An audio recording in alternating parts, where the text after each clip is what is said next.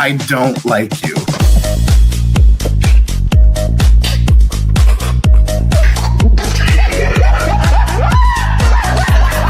Oh, she's not joking. Not joking. I don't like you.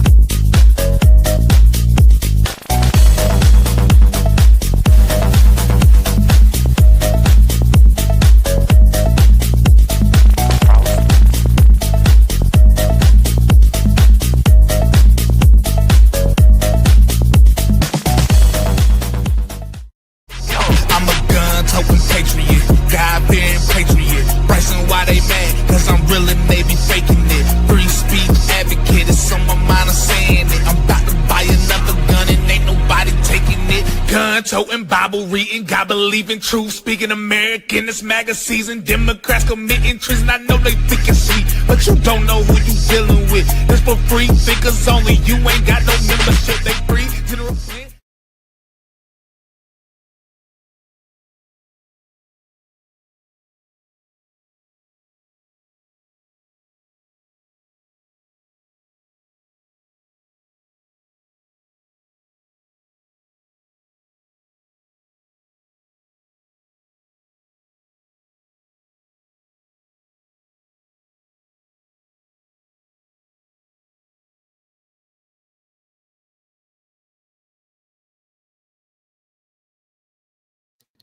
Hello, everyone. Oh, Welcome. Lord, the volume's already fucked up.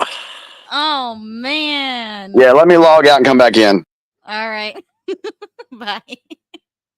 Well, everybody, welcome to the EXJW Political Corner. How did you guys like that new intro that I just did today?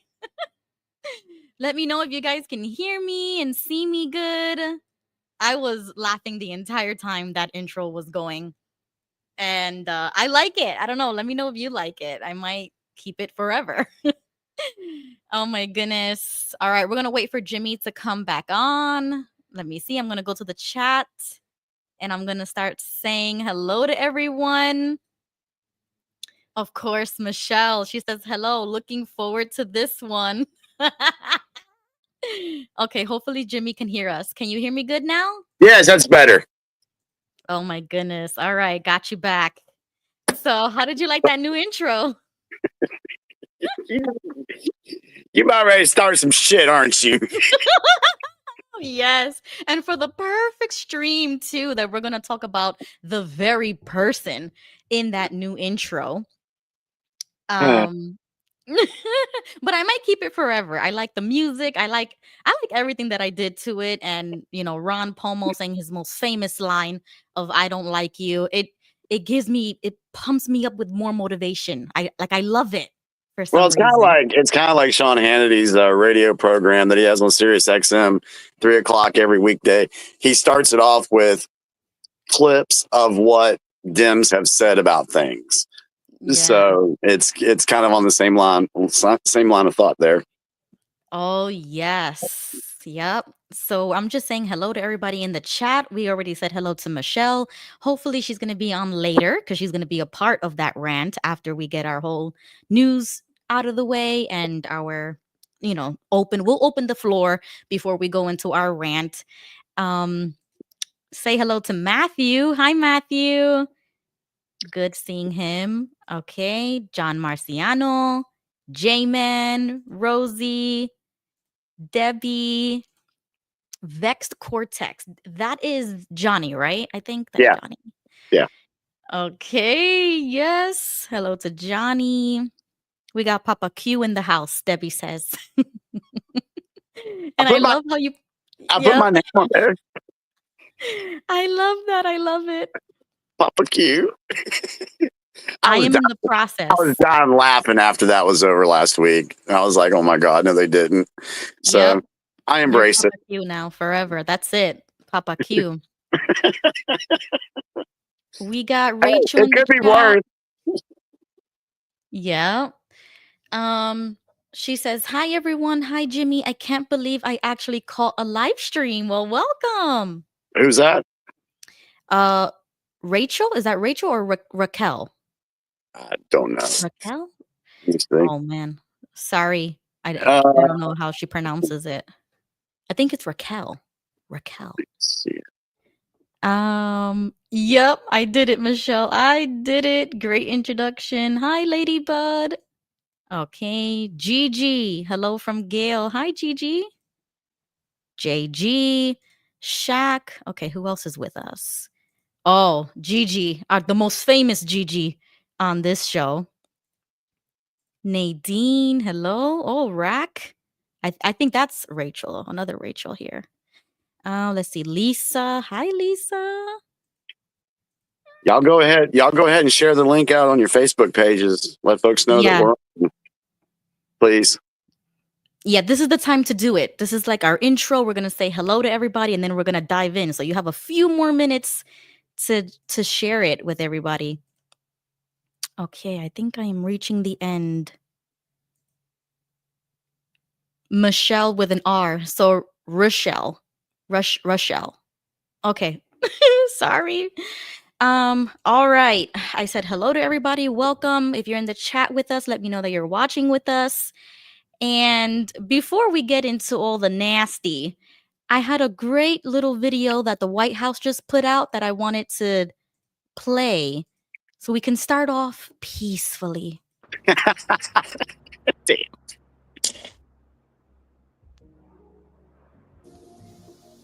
Oh, I love this clip. I feel safe. I feel okay. Like we're ready for a new 4 years. Hello, Melissa and Spyro. Hey. I love this video. I don't know. It makes me feel good. I don't know. I'm seeing snow. It makes me feel cold. Oh, that's right, because you're in North Carolina. But for me, I love it. I love the winter. I love the snow. I love the music. We haven't seen something come out of the White House like this in a really long, like ever. I've never seen something this peaceful. I think the last one that came out would have been Melania Trump when she did Christmas. Oh, yeah, that's what I love. That was pretty good. It's better than the clown show that was in there before. Oh my God. So I know. And it was really fitting when they did the circus theme. I don't know if that was for Christmas or for Halloween, but they did a circus theme, and it was very fitting because I felt like everything was a clown show, like fake and just a show, like a circus show. It fit the administration. yeah, that wasn't scripted at all, was it? Okay, I know you're gonna say that. And then I found something else that you might appreciate if you haven't seen this already, but this is a good video for anybody who's a critical thinker and finally waking up. When you finally step out of survival mode, your body remembers all the rest it never got. All those years of being alert, being ready, being tense, they catch up with you. Your tiredness isn't laziness. Your need for sleep isn't weakness. Your body is finally feeling safe enough to relax, to recover, to heal from years of being on guard.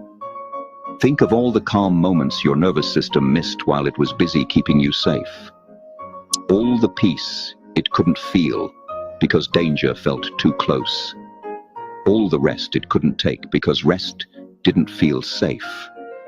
Now that you're healing, your body needs what it never got before. Time to be still. Time to be quiet. Time to just be. Let yourself rest. Let your body catch up. Let your system remember what peace feels like.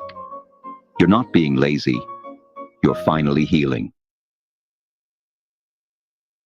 And that's how I felt after the election and everything. My nerves finally calmed down. I felt like, okay, we got this on track, because for the last, previous 4 years, it felt like everything was out of control. Everything was wrong. Everything felt stolen, taken. I felt robbed. I felt stuck up. Like, it was just a horrible feeling. Yeah. I've always said, it's always important to take time to recharge your batteries. There's been times that I've gone nonstop with activism, whether it be the EXJW stuff or the political stuff. But there does come a time to where you do need to step back and just let your batteries recharge. because if you don't and you continue to get wrapped up in just everything going on, you're not going to find any peace. You're not going to be in a restful state. Your mind is going to continue to run. So it's important to take those breaks and things. So I recommend that. Yep. Oh, yes. So now I feel settled in, with this new administration, all of the good things that Trump was doing. And now I feel a little bit empowered almost. Like I'm not afraid, Good. even less afraid to say things that I know is going to upset people. Before we Yeah. were always like walking on eggshells, and not anymore. And this is the space where I can do that. So I'm glad we are here. Everybody enjoy it, because I am going to get spicy. I am going to get controversial.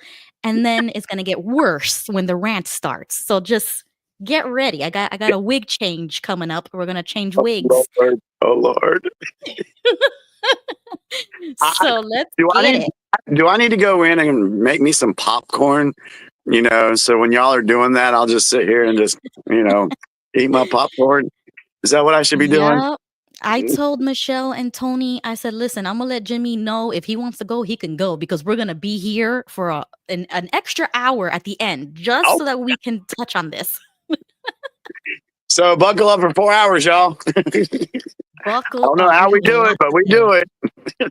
Yep. Okay. So thankfully, Jimmy has come up with the News Blast Hour. So I named the title XJW Political News Hour Blast with Jimmy Bell, since we loved the structure of how we did it last time. I really liked it too, because you blurted everything out, and then we can jump on in it. And then I will open up the stage if anybody wants to join to talk about those titles. Then Right. you can hop on stage. So go ahead, Jimmy. Well, first off, I'll just go ahead and say, hey guys, thank y'all for watching us. We really do appreciate that. The more you guys watch and like the video, the algorithm picks it up and more people get to see this. So hopefully, other folks will be able to join the stream, come on camera, have a conversation with us. Again, we're open to debate, but if you do come on to debate us, do it respectfully. We can handle that. So first thing I want to do is just give an update real quick on Operation Spotlight, if that's okay. So we started phase 2 yesterday, a couple days ago, but put out a video about phase 2. And phase 2 is to get letters to all the United States senators. There's, of course, 2 in each state. And the reason why we decided to go that route is because of the conversation. If you guys missed my video, I had a conversation last week with John McEntee. John McEntee is I guess you could say, party planner, events coordinator for Donald Trump. He did the Mar-a-Lago New Year's Eve party. He did the Ivanka Trump wedding. So he's had connections with Trump. His son, John McEntee Jr., worked in the administration the first go around. And his son told his dad that, hey, Dad, you're the party planner. You do that. Just stay out of the politics. Just let's not cross that line, because if you do cross that line, then there's going to be a bunch of people asking you about that stuff versus what you do.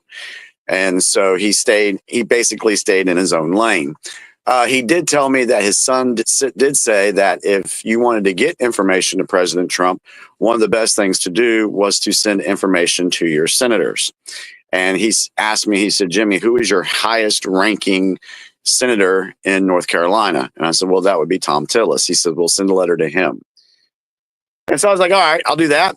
And then it just went from there, where I said, well, if that's the case, let's go ahead and get all 50 states covered. Let's send letters to every senator, regardless whether they're Democrat or Rhino. We want to go ahead and send them letters. That way we can check that off the box saying we did that. You know what I'm saying? Lindsey Graham, Richard Blumenthal, some of these other governors out there, they're probably going to get the letter and just throw it away. It's probably going to happen. But you never know. There might be one brave senator that looks at that and says, hey, you know what? We need to get this to Trump. So that's going on in the United States. And I have a map and I've updated it. I was able to color in California today, but I put it up on Facebook page yesterday that we have a map of the United States, and we're coloring in each state as I'm informed that letters to those senators have been sent. So we've got 11 states already done. And so I'm just asking for folks' help. If you're in a state that's not shaded, go ahead and send the letters to the senators in that state. And you want to go ahead and send them to the Washington addresses. Now, that idea with the map, that came from Quinn. So thank you, Quinn, for that. On the video I did with phase 2, there in the description, there's a link that Rose Trotner put together that has all the addresses, not only of the senators, but also the congressmen too. So she worked very tirelessly on that. There's tabs for each state. You can click on the tab for your state. You can find the addresses for your Congress folks and your senators. Also on that description is the original Operation Spotlight letter and the cover letter. So when you send these letters to the senators, go ahead and put the cover letter with the Operation Spotlight letter and go ahead and send it out. So outside of the United States, everybody else is sending letters to President Trump. Just last night, there was a live done in Mexico by a guy named Rini. I can't remember what his name was, but anyway, I put it on my Facebook page. But Hispanic, it was all in Spanish. Monica Kincaid was on there, and she did everything in Spanish. But it got out to the Mexican community and Central America. This guy has 47,000 subscribers, and he had 300 people on his live chat last night. Wow. So from what I'm hearing, Mexico, Central America, South America, we got them on lockdown. Don't mean to trigger anybody with that word. We have a connection in Africa. A guy's name is Adrianza.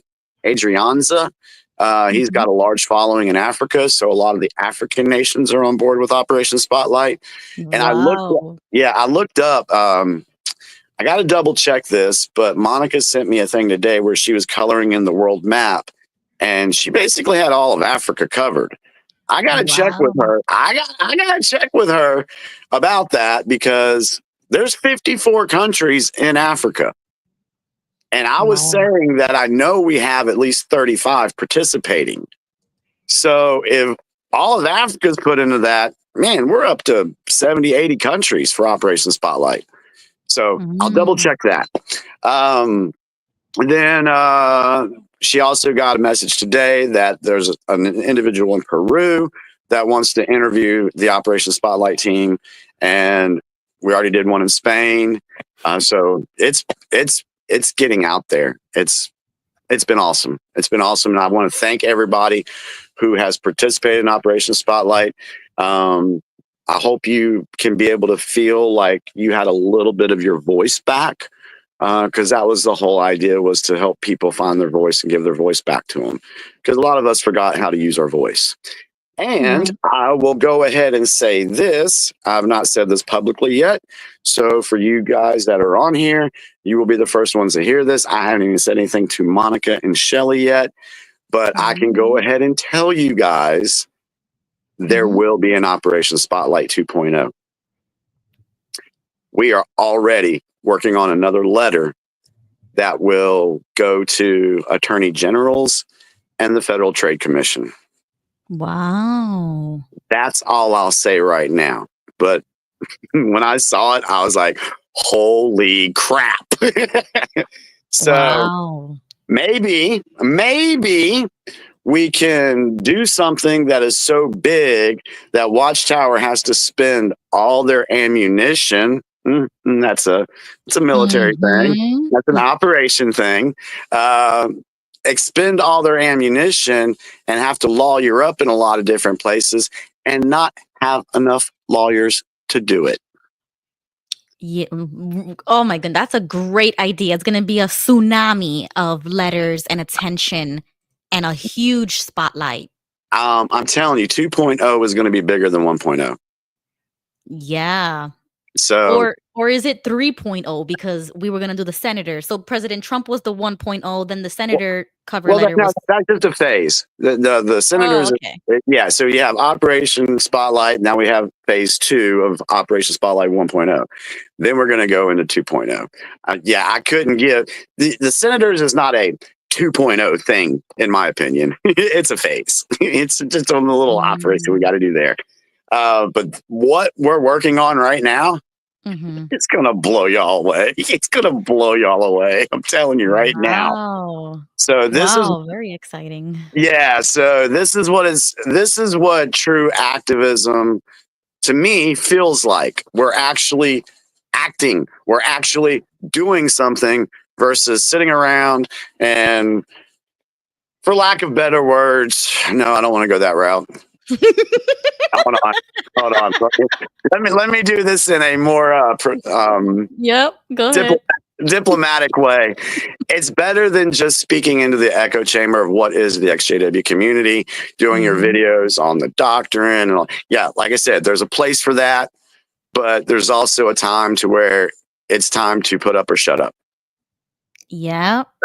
And that's where we're at now. Put it up. If you want to battle Watchtower, if you want to do what you can to have your voice heard, get with Operation Spotlight, because that's what we're doing. So.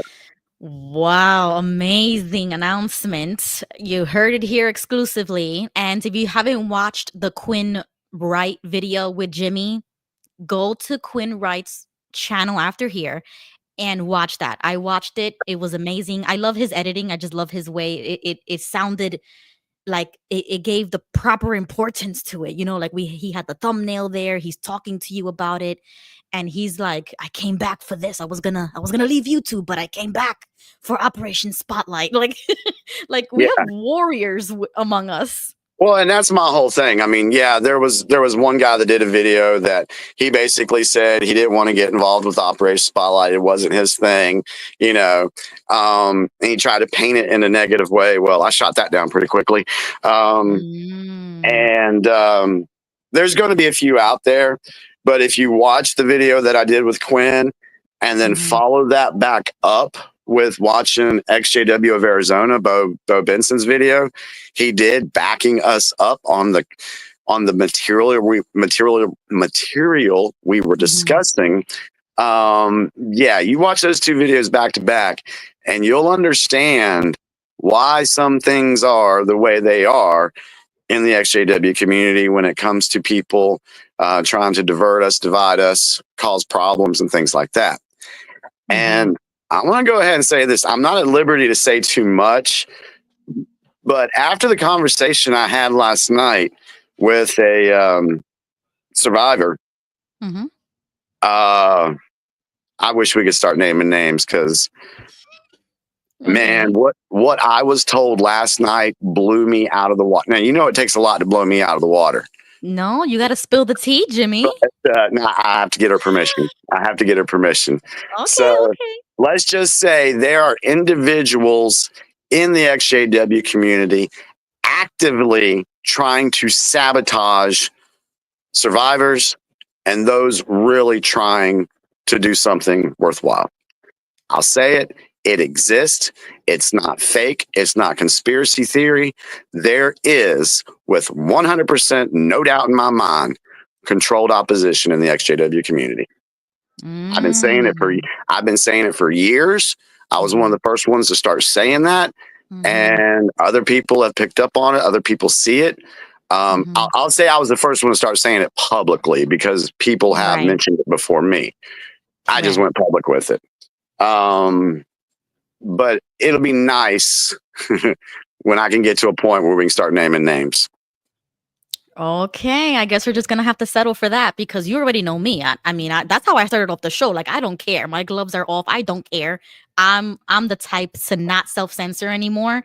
But I respect it. I respect it. Well, there's a reason why. Because we're trying to do something with Operation Spotlight that's never been done before.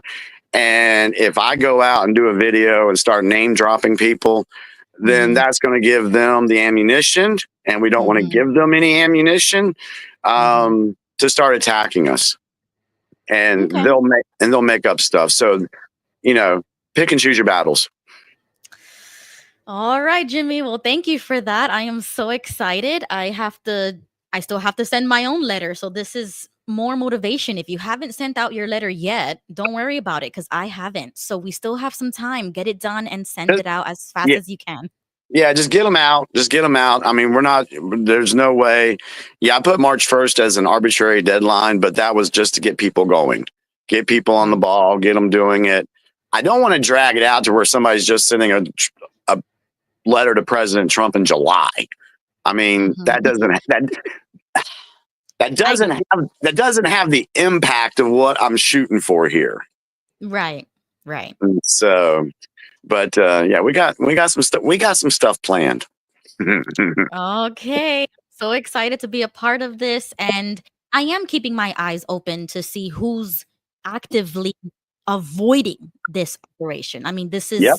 it's already all over the place. It's viral. It's on every platform, and it's very obvious the people who are avoiding this. Yep. And sorry to say, if they want to miss out, they can, but you don't have to. You can hop on the wagon. You can be anonymous. It doesn't matter. We just want exposure. I don't care who's not talking about it. I care about us who are actively working hard at it. You know what I'm saying? Like, I don't care for those people. This falls into the category of watch other people's actions. Now, granted, to be fair, there's going to be some individuals that just maybe they don't know about it, or they're just not interested in doing anything. Okay.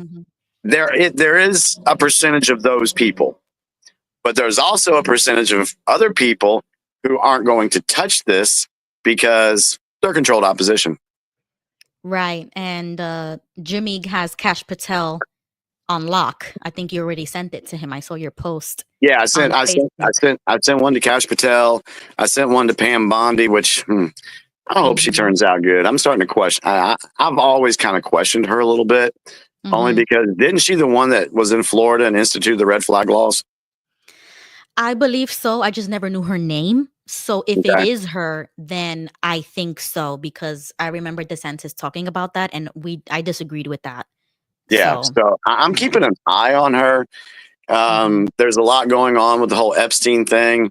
I'm not even worried about that right now. It'll come out when it needs to come out. It seems like the way everything's been done, it's all about the timing. And you got the Emmys coming up in a couple of weeks. That would be a good time to drop Epstein's list. I'm waiting for that, and I am going to be super angry if it doesn't come out. You know what I'm saying? Like, this is the time to reveal. This is the time to, whatever you want to call it, illumine, revelations. Like, this is the time of exposure. I am no longer going to settle for anything less. I'm with you. I'm with you. I've just been down this road long enough to know that we can't put dates and times on things. They just have to work out the way it's going to work out. I totally believe that is the case. Another date, I will say this though, one to keep an eye on will be March 4th. March 4th, Trump is giving a speech in Congress, and every congressional member is expected to be there. It's mandatory for them to be there. They can't skip out on it. So I found that very interesting. And for those that don't know, March 4th was the original inauguration day. Yeah, we spoke a little bit about that before. Yeah. So, and it's just kind of funny. Trump's going to go speak to Congress like a State of the Union type address, which I think this would be the earliest that a State of the Union address was conducted. I think they normally wait till like after their, it would be like next year, not this year. I don't know. I'd have to double check. I'd have to double check that. But that's going to be a very interesting speech to watch. I think a lot's going to come out in that one.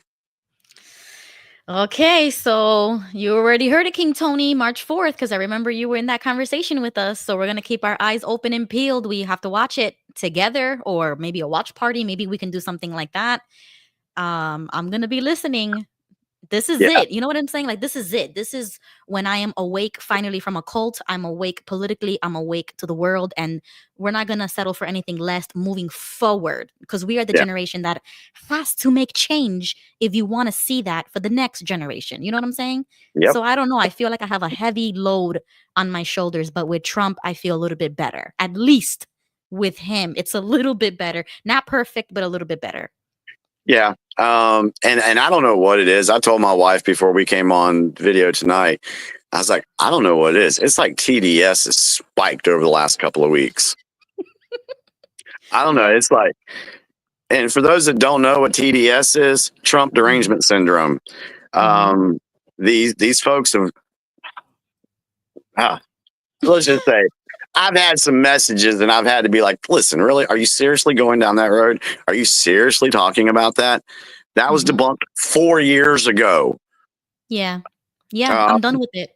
Yep. Yeah. So I think we all I think we have all found the courage to be a little more bold in how we speak. Be respectful, but be bold. Exactly. So there's that.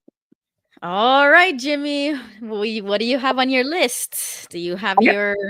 I got a lot of stuff on the list. Did you have anything else on your tabs or anything that you wanted to share real quick? Did you have anything? I think I'll do it after yours, because mine are like they're not consistent in any way. It's like different subjects altogether. Okay. So you can go first, and then I just want to see what you have, and if I have anything that can relate to it, I'll mention one of my tabs. But if not, I'll wait till you're done, and then I can dive into mine. All right, so we got 1, 2, 3, 4, 5, 6, 7. I got like 9 pages. Awesome. Let's get it. It's in big letters though. So, all right, so folks, this is the time to go ahead and get your pen and something to write on. I'll give you a second to do that. And remember, what I'm doing here is I'm sharing headlines. I'm going to give you the headlines, and it's your job to, well, either ask us in the comment if we know anything about the headline, or go look it up yourself. We're trying to teach people how to go and search for information. Now, remember, where you search matters. Google is very biased. I would recommend doing your searches on the Brave search engine. DuckDuckGo was okay when it first came out, but they kind of went to the woke side too. So I would use the Brave search engine. And then if you're on X, there's a lot of good folks to follow on X too. A lot of good sources there. So, all right. So this news blast thing comes from Enoch. Enoch is on Telegram, and he's also on X. But I want to make sure I give credit to him. So I'm not trying to say that I made all this stuff up, because I didn't. I just pulled the headline. All right. So let's go back to last Tuesday. Now, mind you guys, there's some stuff in the news today that will be mentioned on here, and there'll be some, there's some updates to things. Like for the first one, last Tuesday, Pope has double pneumonia, condition remains complex. And so the Pope I heard today that he's still in the hospital. He is critical, but stable, is what he said. And I saw a picture, and I don't know if it's AI generated or if it was real or what, but it showed him in the hospital, but he was in his Pope gown. I don't think the dude's going to be in a Pope gown if he's in the hospital. So I think that might be a fake picture. So, anyway, and as far as the Pope is concerned, there's a lot more to the story about the Pope. We're not going to get into that because I think he's already gone. But anyway, that's me.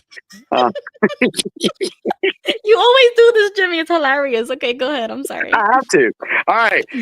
Russia and U.S. agree to work towards ending the Ukraine war.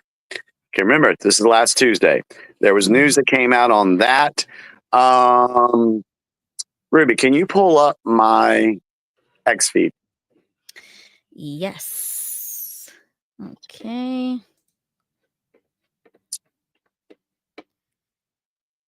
Let's look up Jimmy Bell on X. Okay, let's see. Jimmy. Okay, everybody sees your page here. Oh, you changed your banner. Silent No More, the Great Awakening. Yeah. Nice. All right, scroll down to just here recently. It should say there, or yeah, that one right there. Can you read that? It says, there it is. Peace deal reached between Russia and Ukraine, and Zelensky is flying to the United States of America to sign the deal made by President Trump. Details: United States gets 50% of the revenue from Ukraine's mineral wealth as repayment for money spent on the war. No membership to NATO. Ukraine concedes territory. Liberals, y'all go ahead and start crying, but this is over. Yep. Okay, so there's that. Moving on. Trump says he may impose auto tariffs of around 25%. Trump says Ukraine should have never started it. And we've all heard him say on the campaign trail that if they wouldn't have cheated in 2020, this would have never happened. The war in Ukraine would have never happened. Right. Senate confirms Howard Lutnick, Lutnick, as Commerce Secretary. Might be a good idea to look in to see exactly who this Howard Lutnick guy is. Leader of the FDA. Are you looking it up now? I was just responding to somebody in the comment section, but what Okay. did you want me to look up? No, I didn't want you. I thought you were looking up Howard Lutnick, but it's okay. We don't have to look him up. Oh, okay. Everybody can do that on their own. Leader of the FDA Food Division resigns. A lot of resignations here lately, hasn't there been? Mm-hmm. Death toll in Kentucky. Storm rises to 14. Yeah, storm rises to 14 people. So that's pretty bad. Did you see? It wasn't in Kentucky, but it was somewhere up north where the water main broke and froze the whole neighborhoods. I did not. Oh my God, you didn't see that? It froze people's cars in the water. What?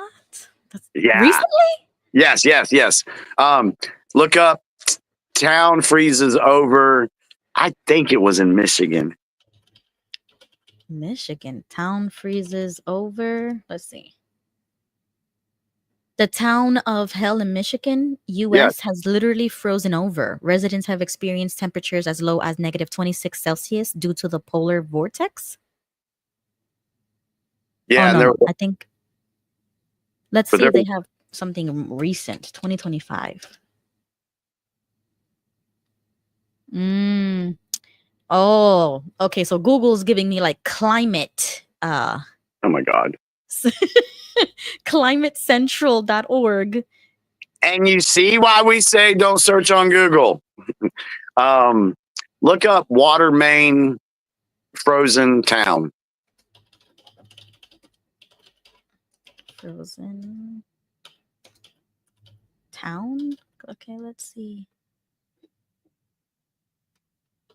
Do you mean like, 6 days ago, frozen mess after Detroit water main break? Yes.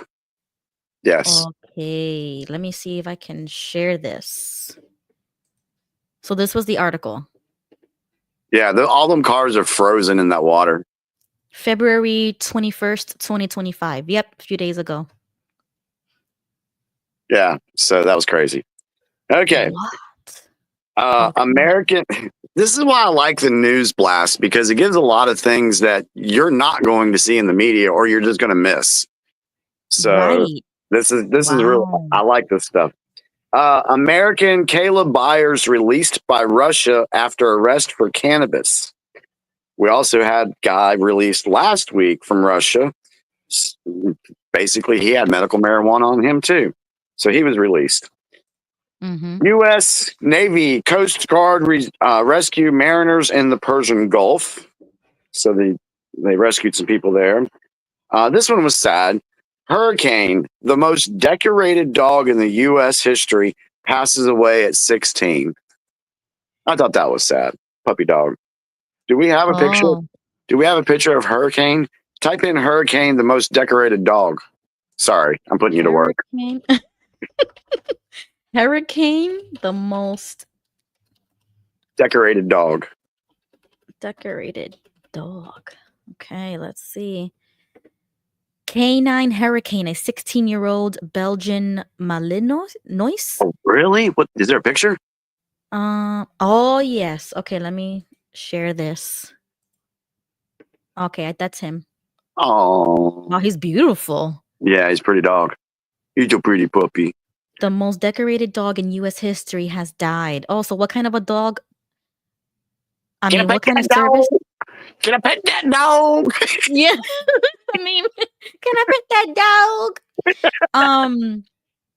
Okay, so he was with a special operations canine with the United States Secret Service. Known for his bravery, he became the most decorated dog in U.S. history for taking down a White House intruder in 2014 when President Obama and his family were inside. Wow. What? Badass dog. Wow. So, prayers up for Hurricane. Oh, wow. Okay. All right. Continuing on for last Tuesday, Trump and Musk interviewed by Hannity. Now, what was interesting when I was on the phone with John McEntee, he asked me, he said, Jimmy, did you watch the interview that Trump and Musk did with Hannity?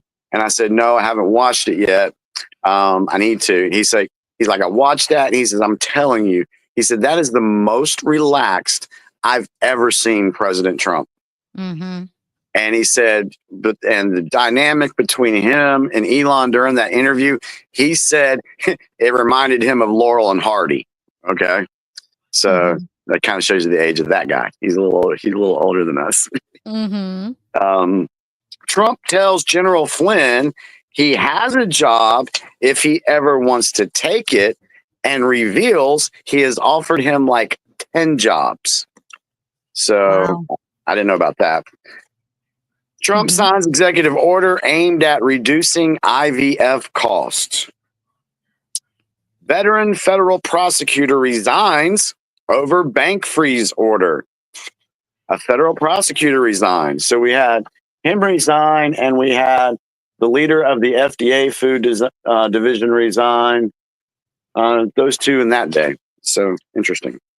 Kansas City IRS union president. Employees will be removed on Wednesday. I need to follow back up and see what that was all about.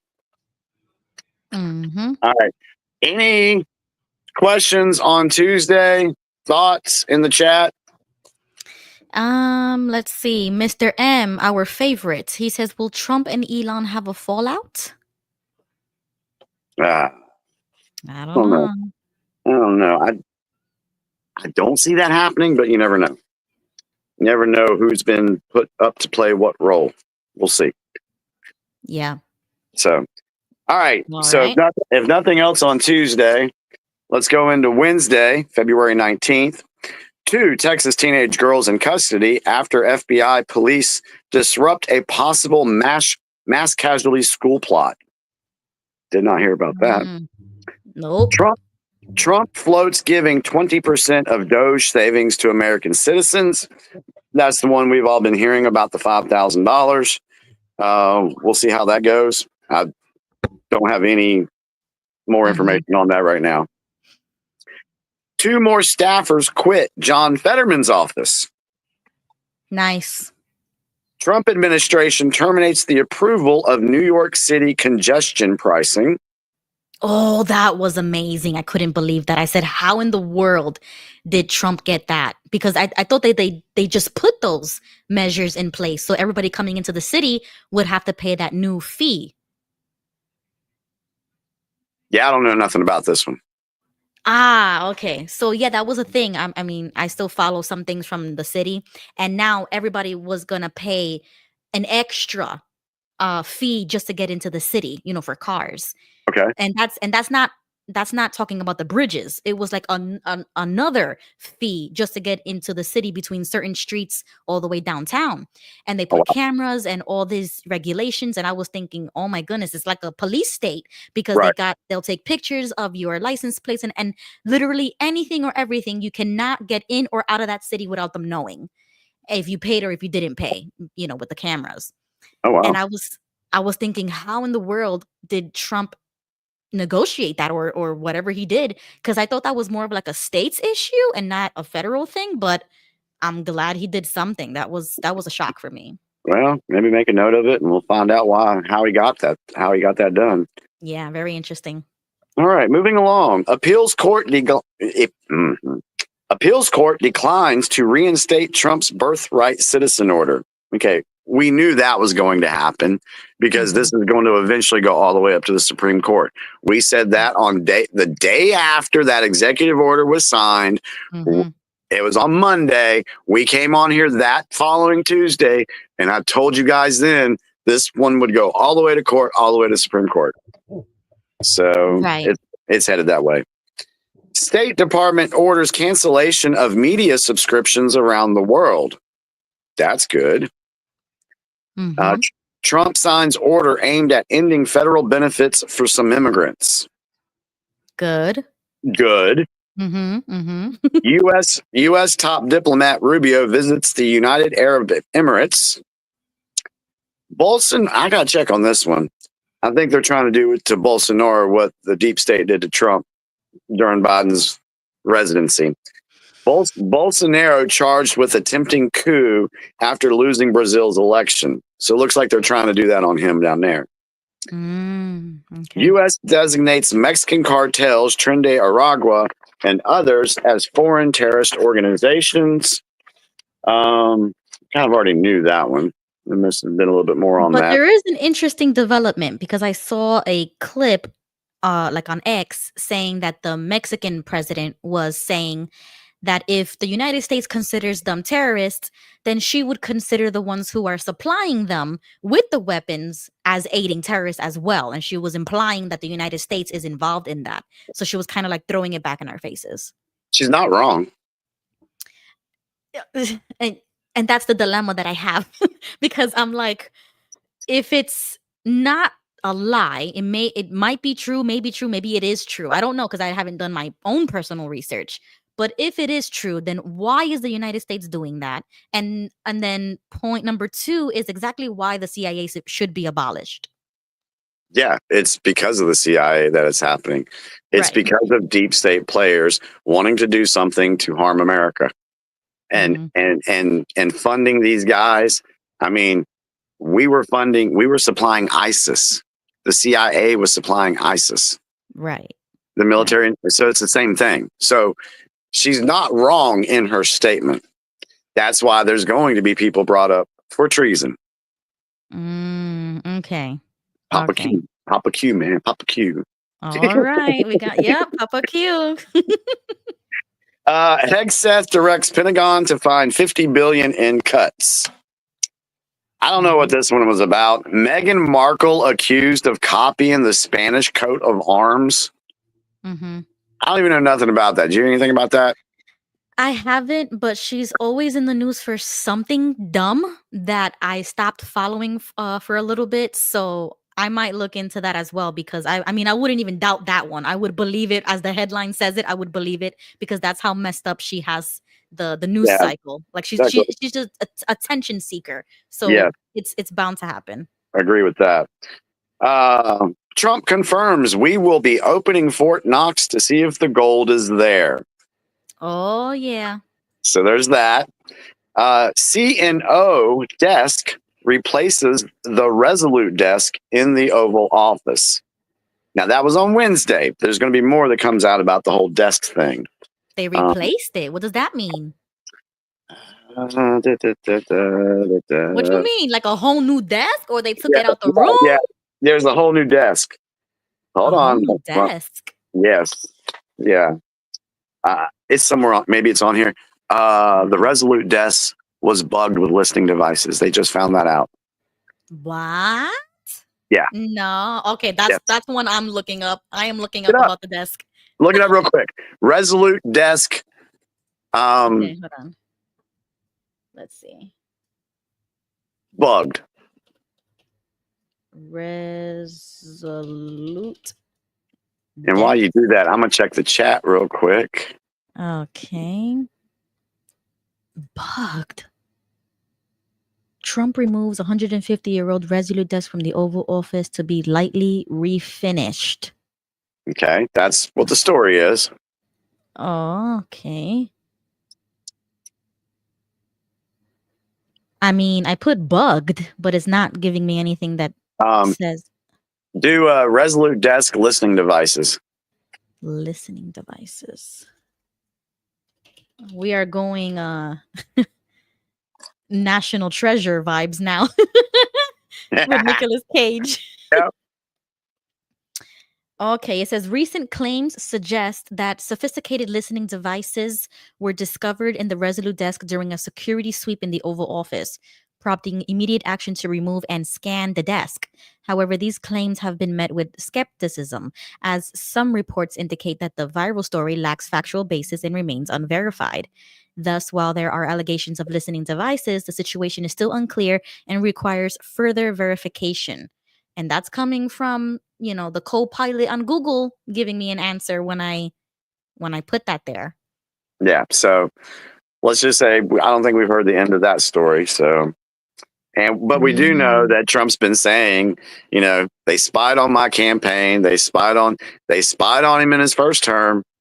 So is this being brought back up to remind people of the spying that the deep state has done on the Trump administration? Which opens a whole nother can of worms, and it has to do with FISA. So that's a whole nother story. We're not going there right now. Okay. But it seems like it was from somebody tweeted that. It was a GOP former something. Oh, Republican House candidate. Oh, this is a can of worms we're going to have to dig another night. Yeah, yeah. Wow. Okay, thank you for that, Jimmy, because I'm gonna dive into that. All right. Anybody have anything they want to know from Wednesday? Check the chat. Yeah, I'm checking it now.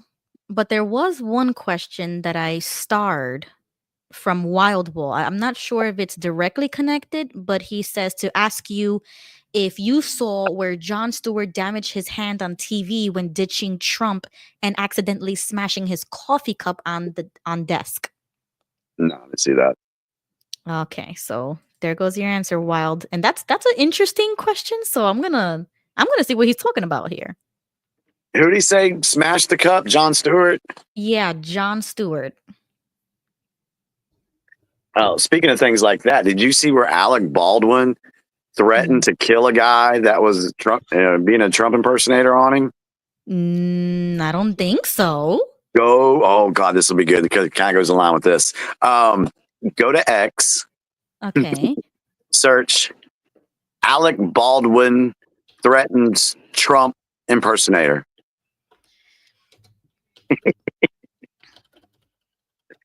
I like the first hour of the show this way. This is cool. Yeah, this is weird. Threatens impersonator? Yeah. Okay, let me see if something comes up. And it should be like a picture of like a back of a car because Alec Baldwin was in the trunk of his car. Okay, here we go. Wow, this is some juice. Yeah, this is juicy. Okay, I'm going to play it right now. Alec, it's your favorite president. Look, Alec, I will offer you a total pardon because I want to be friends, right? I want to be friends. I will give you a total pardon for murdering that woman if you kiss the ring, Alec. Kiss the big beautiful ring. Come on, Alec. Come on, look at Alec Baldwin, right? He did that impersonation of me. It was not too hot, not too good. But look, we're back in office. You lost. Kamala lost. She's somewhere getting intoxicated. Look at that suitcase. Unbelievable. Well, Alec, if you don't want that pardon for murdering that woman in cold blood, you can call it first degree. You can call it whatever you want, but it was not good. She's looking down on me right now, smiling, happy. Thank you for confronting the man who took me out, who killed me. And that's okay. Sure. No, you read this, by the Whoa. way. No, look at me. I want you to look Yeah, me in the sure, eye. sure. You got a camera on me? The ring. No, it's the ring. But you realize my kids live in this building, right? But I want you to know something. We love the children. We're doing great deals for the children. Okay. I'd snap your fucking neck in half and break your fucking neck right over. So you know that, don't you? Okay. All right, Alec Baldwin. Alec Baldwin, ladies and gentlemen, class act. Believe me. Believe me. Okay. Oh, he's yelling at me. I'm a citizen of this. I was born and raised in New York City. I love you, Alec. Alec, look, Alec, you don't want to attack your favorite president, Alec. Look, I love you. I love you, Alec. He's got more balls than De Niro, that I can tell you. De Niro ran away. Alec confronted. That's good. He's so weak because he murdered a woman. So that's okay, right? Look at this guy. Oh my God. That Okay. was such a good impersonation, number one. And number two, I loved how he kept his composure. Like that was that could have been a little scary. It could have been. So it was funny. All right. Let's move into Thursday. Kash Patel confirmed as the 9th director of the FBI. Good. Captain Dave Snowden, the commanding officer of the USS Harry S. Truman, relieved from command. I do know, and there's probably going to be a couple more in here, but I do know a president, doesn't matter who it is, has the right to form the military the way he wants to. Okay. So if he wants to dismiss some generals, Abraham Lincoln dismissed generals. He dismissed many generals until he got to Grant. So, and Obama in 2000, I think it was 2009, he started doing it. There could have been his second term, but he got rid of a lot of generals too. And other commanding officers. So you're going to hear the media say, "Oh, Trump's destroying our military." Da, da, da, da, da. All the presidents have done this stuff. So anyway, all right. New York Governor Hochul to limit New York City Mayor Eric Adams' power. So I wonder if that has anything to do with the congestion thing. Maybe he worked with Trump. And now Governor Hochul doesn't like that, so she's limiting his power. Oh, yes. And that he was also under investigation for something else, like for taking bribes, I think it was. Yeah. So there's a whole nother sub story going on there. Yep. Several injured in explosion at a Maui resort. Elon Musk's private security detail deputized by the U.S. Marshal Services. That's interesting. 3 buses explode in suspected terror attack near Tel Aviv. Trump administration has cleared migrants out of Guantanamo Bay. News conference between Zelensky and Trump's Ukraine envoy was canceled on Thursday. Elon Musk and Javier Milei wield chainsaws. Did you see that? I think I did. Yep. Okay. All right. Mexico ramps up troop levels at the U.S.-Mexico border. I guess they don't want to be tariffed. Hamas releases bodies of 4 hostages to Israel. Now, I did hear something on the right report talked about that. It said that there were 4 bodies returned to Israel. One was supposed to be two children and a mother. They ran the DNA test on the children. It matched. They ran a DNA test on the mother. Come to find out, that wasn't their mother. Uh-oh. So where is those kids' mom? Is Hamas still holding her? Is something else? I don't know. So that was interesting. Defense Secretary Hegseth working with Doge. Trump appoints Alice Marie Johnson as pardon czar. Okay, I didn't hear about that one. Nope, no clue. I didn't even know there was a pardon czar. What is that? Okay, I have to look into that one. let me circle that one. All right.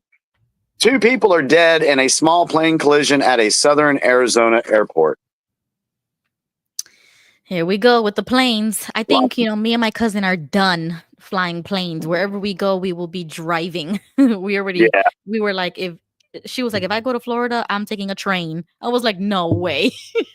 I don't know, but I do not trust going on a plane anywhere. Yeah. There's a lot going on with that. All right. Let's go into Friday.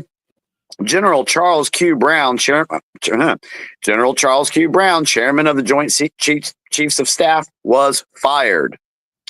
Lieutenant General Dan Raisingcane is now the nominee to be the chairman of the Joint Chief of Staff. Sean Diddy Combs' lawyer steps down ahead of sex trafficking case. Oh, yeah, that's interesting. I mean, why would he do it now and not before? That's what gets me, because aren't they supposed to know everything, like full disclosure before they even take that client? I don't know.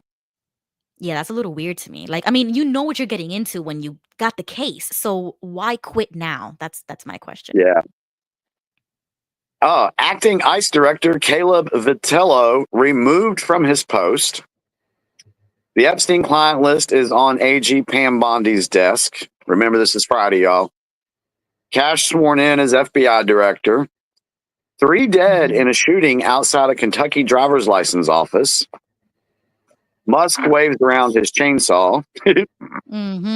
That's hilarious. For those that don't know, Milei, the president of Argentina, right? Or Venezuela? So. Argentina. When he took office, he went in and cut a lot of their federal programs, a lot of wasteful spending. Their inflationary rate was freaking like 300%. It's gone down in the year or so that he's been in office. It's gone down now to a 26%. So he's doing better for the people there. They had to go through some bull crap, but it's back up on an upward trend for that country. Yep. Trump says he is considering merging USPS, the Postal Service, with the Commerce Department, which that's cool. JetBlue pilot detained at Boston Airport. Associated Press sues 3 Trump officials over access restrictions. Yeah, we'll see how that goes. Yeah, we heard about that. All right. You got to look this one up because this has to be played. It's the last one for Friday. Okay. But it was hilarious. Look up Trump destroys Janet Mills. On X or Google? You can do it on X. X. Okay. Trump destroys. What was her name? Crap. What did I say her name was? It just hit Mills. Janet Mills. Oh, I think I saw that. So the headline, folks, is Trump, Maine's governor, clash at the White House over executive order compliance. If you haven't seen it, you're going to see it now because it was freaking hilarious. Okay, so it's Charlie Kirk posted it. He says President Trump just decimated Maine's lawless governor, Janet Mills, right to her face for refusing to stop men in women's sports. Yeah. Oh, God, play it. I understand Maine. Is Maine here, the governor of Maine? Well, are you not going to comply with it? Well, we are the federal law. Well, you better do it. You better do it because you're not going to get any federal funding at all if you don't. And by the way, your population, even though it's somewhat liberal, although I did very well there, your population doesn't want men playing in women's sports. So you better comply because otherwise you're not getting any federal funding. Every state, good. I'll see you in court. I look forward to that. That should be a real easy one. Ooh. And enjoy your life after governor because I don't think you'll be in elected politics. Ooh. Has a responsibility to comply with Title IX. They have an obligation. That's it. Somebody call 911. There's been a murder. Ooh. Ooh. I have never seen a president talk to a governor like that in public. Yeah, well, he did it to Chuck Schumer back in the first term. You know. Really? What did he say? Oh God, I can't remember. It had something to do with the border. But he scolded he scolded Chuck Schumer in the White House. That was hilarious too. Pull up a picture of Janet Mills. Janet Mills. Okay, let's see. Found a really good picture of her. Janet Mills, American politician and lawyer. Okay, got you. And once the picture comes up, what's that one little one right there? The little picture. All right, that's fine. Yeah, blow that up if you can.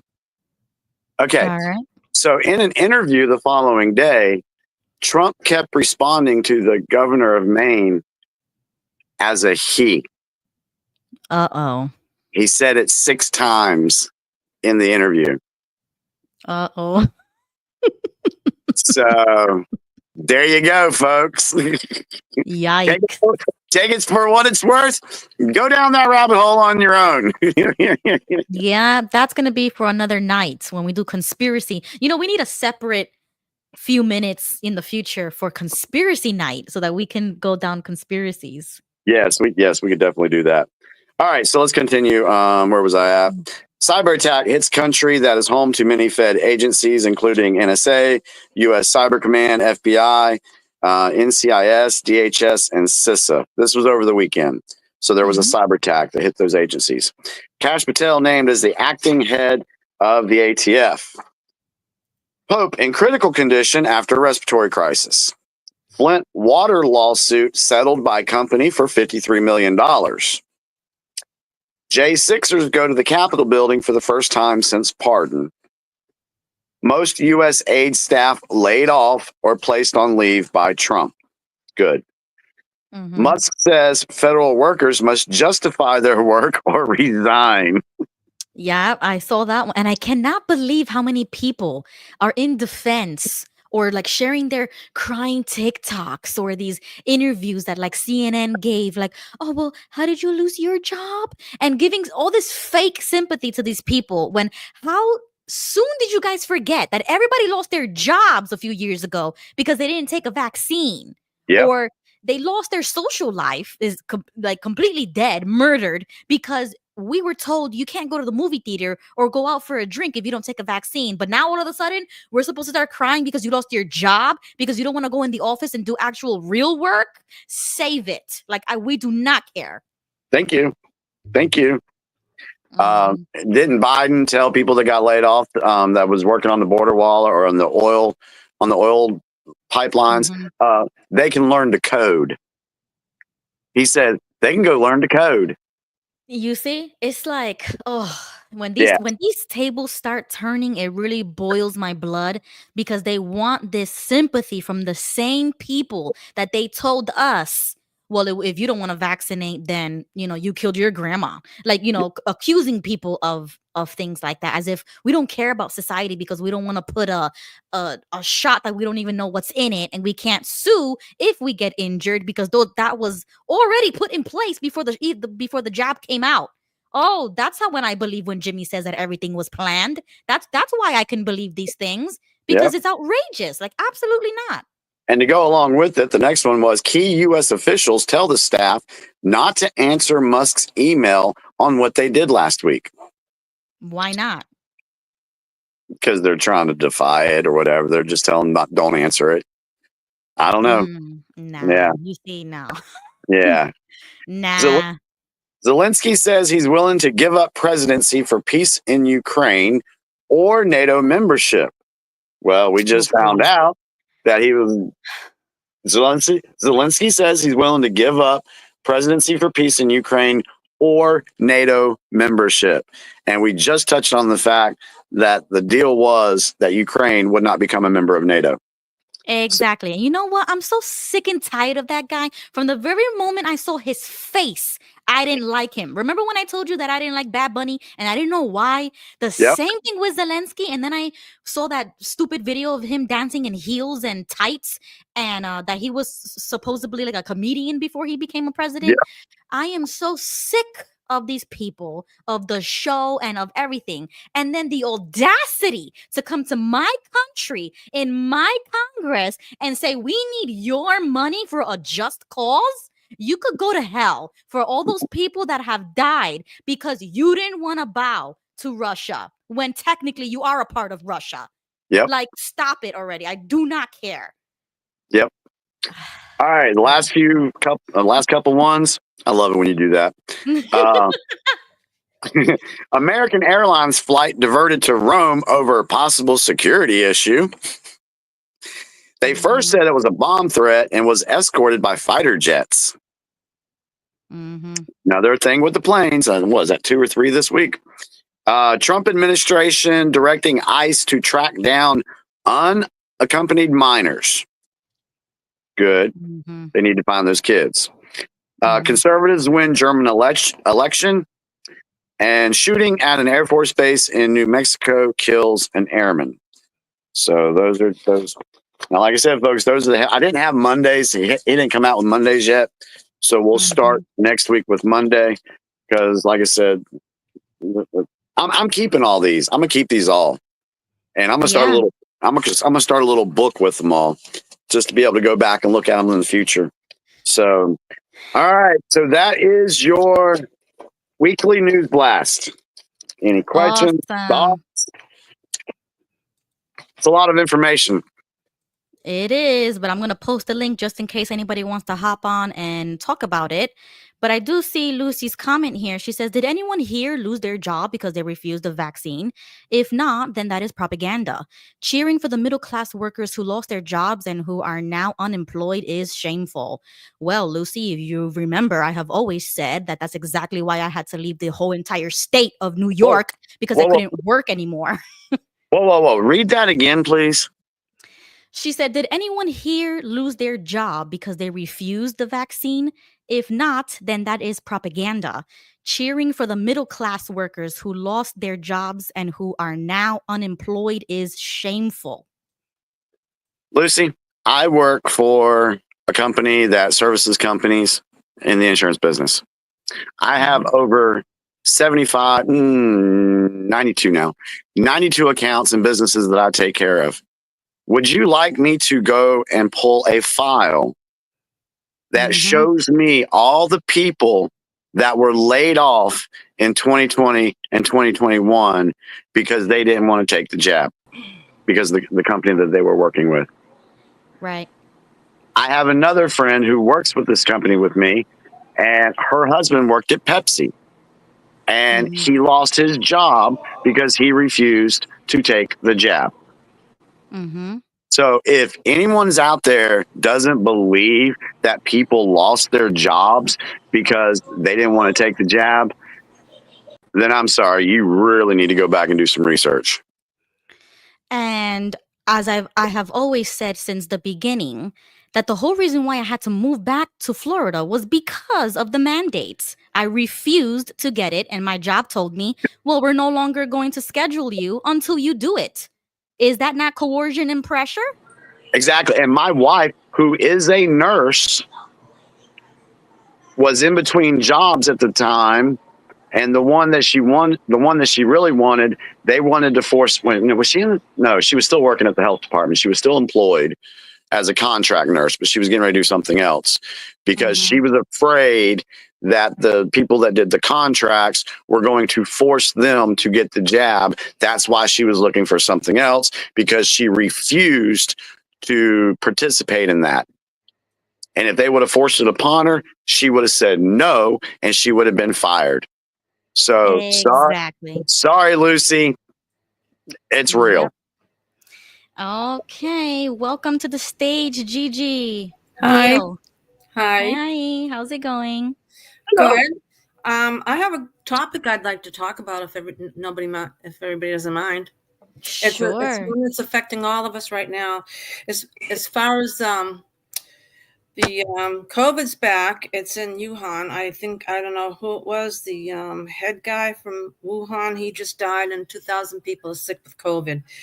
So that being said, they're killing a lot of chickens for no reason at all, claiming they have the bird flu.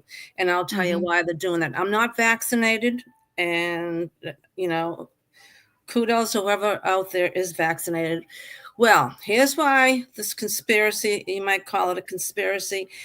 The yolk in eggs kill spike protein.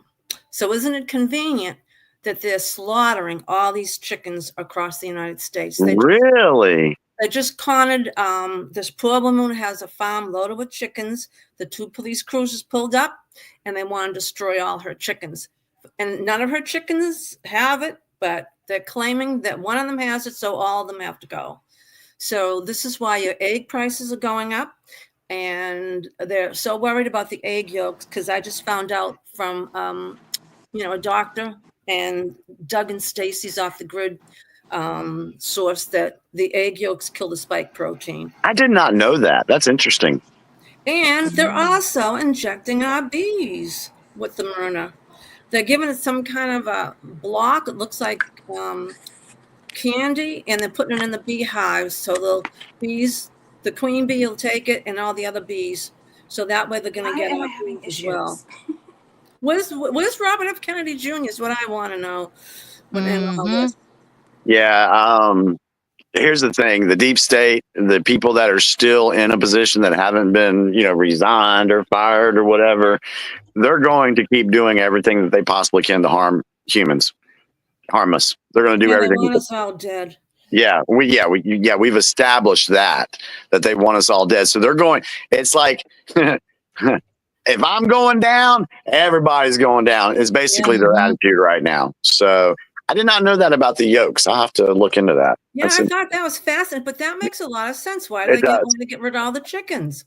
That makes a lot of sense to me, to be honest with you. And it could make a lot of sense for the fact that, there was a time back in like the 80s, I think it was started in the 80s, where eggs were not good for people. They're high in cholesterol. You shouldn't be eating eggs. And that's around about the same time that they started to give more jabs to kids. Interesting. So, yeah, you see how I love it when we have conversations like this and we start putting things together. We're like, motherfucker. Yeah.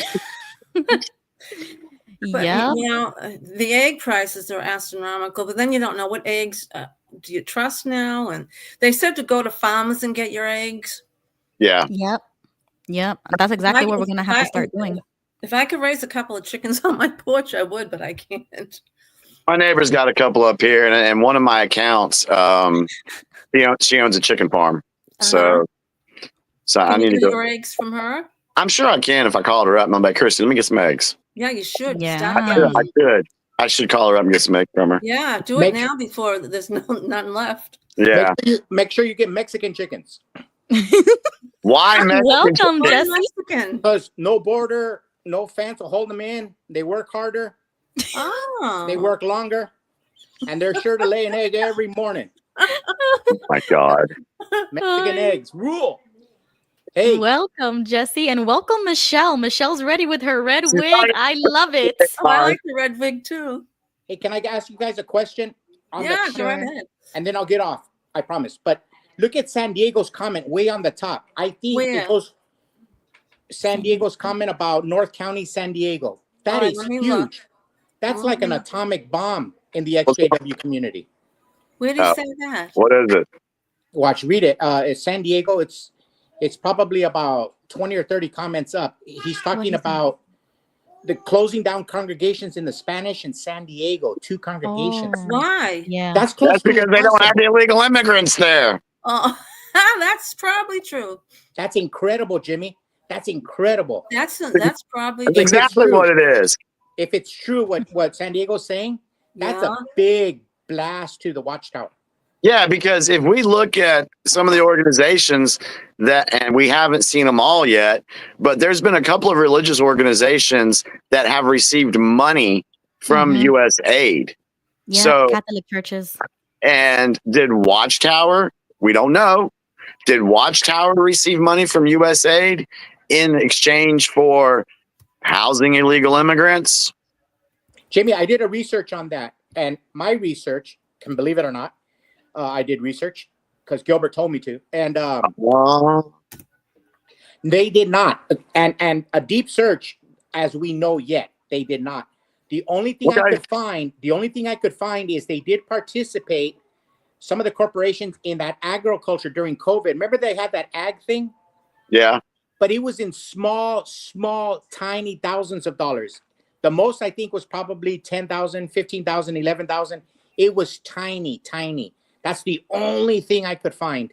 Okay. And it was during the Department of Agriculture COVID food, when they were passing out those food things. Yeah. So I think Watchtower was experimenting with that, I think. But that's all I could find. I dug into USID and there's no info on that yet. But I'm sure, you know, what did they say? Elon Musk is only 10% done, or? No, he's 1%. 1%. Oh, yeah, he's just starting. Yeah, it's 1%. So. Hey, what do you think about the Pope? What do you think about the Pope? Is that I think it's huge a or crock what? of baloney. Do you really want me to tell you what I think about the Pope? Yeah, Okay, go ahead, Papa before Q. you do, let me just ask you this. Is it timing, fate, or destiny that right when Trump comes in? Well, you know, here's the thing that I read. There's a book called 11 Popes, and Pope Francis is supposed to be listed as the last pope. I don't know how true that is, but that's what they say. Okay, so that's kind of weird because we also have the book by Ingersoll Lockwood that talked about Trump, or said being the last president, the right? last president. That's so interesting. Here we go. The end is near. Interesting. I believe, like Ruth Bader Ginsburg and a couple of other people, the Pope's already dead. That wouldn't surprise me. He looks terrible. Yeah, I mean, there was the one where there was a hologram where he was like waving to the people. He was there, but then he was gone. I think he's I think he's already left us, and we're watching an actor, and they're probably waiting. They're waiting to release that to the media, maybe because they're waiting to see what the White House. How much you want to make a bet, Gigi? Yeah. $20. I'm in. That if they drop the Epstein files in the morning, the Pope's on it. The Pope dies in the afternoon. That wouldn't surprise me. Okay, you guys are all my witnesses. Me and Jimmy got 20 bets, $20. I'm not saying it's going to happen tomorrow. I'm just saying, nothing surprises me. Yeah, what if a story comes out that puts people in really, really bad light, and then all of a sudden the Pope dies? Do you know how many people are on this list that are up there? There's a lot of very powerful on this list, and I'm sure they don't want their names out. There's supposed to be someone in the royal family, but they won't tell you who it is. Yeah, we saw that. That's Prince Andrew.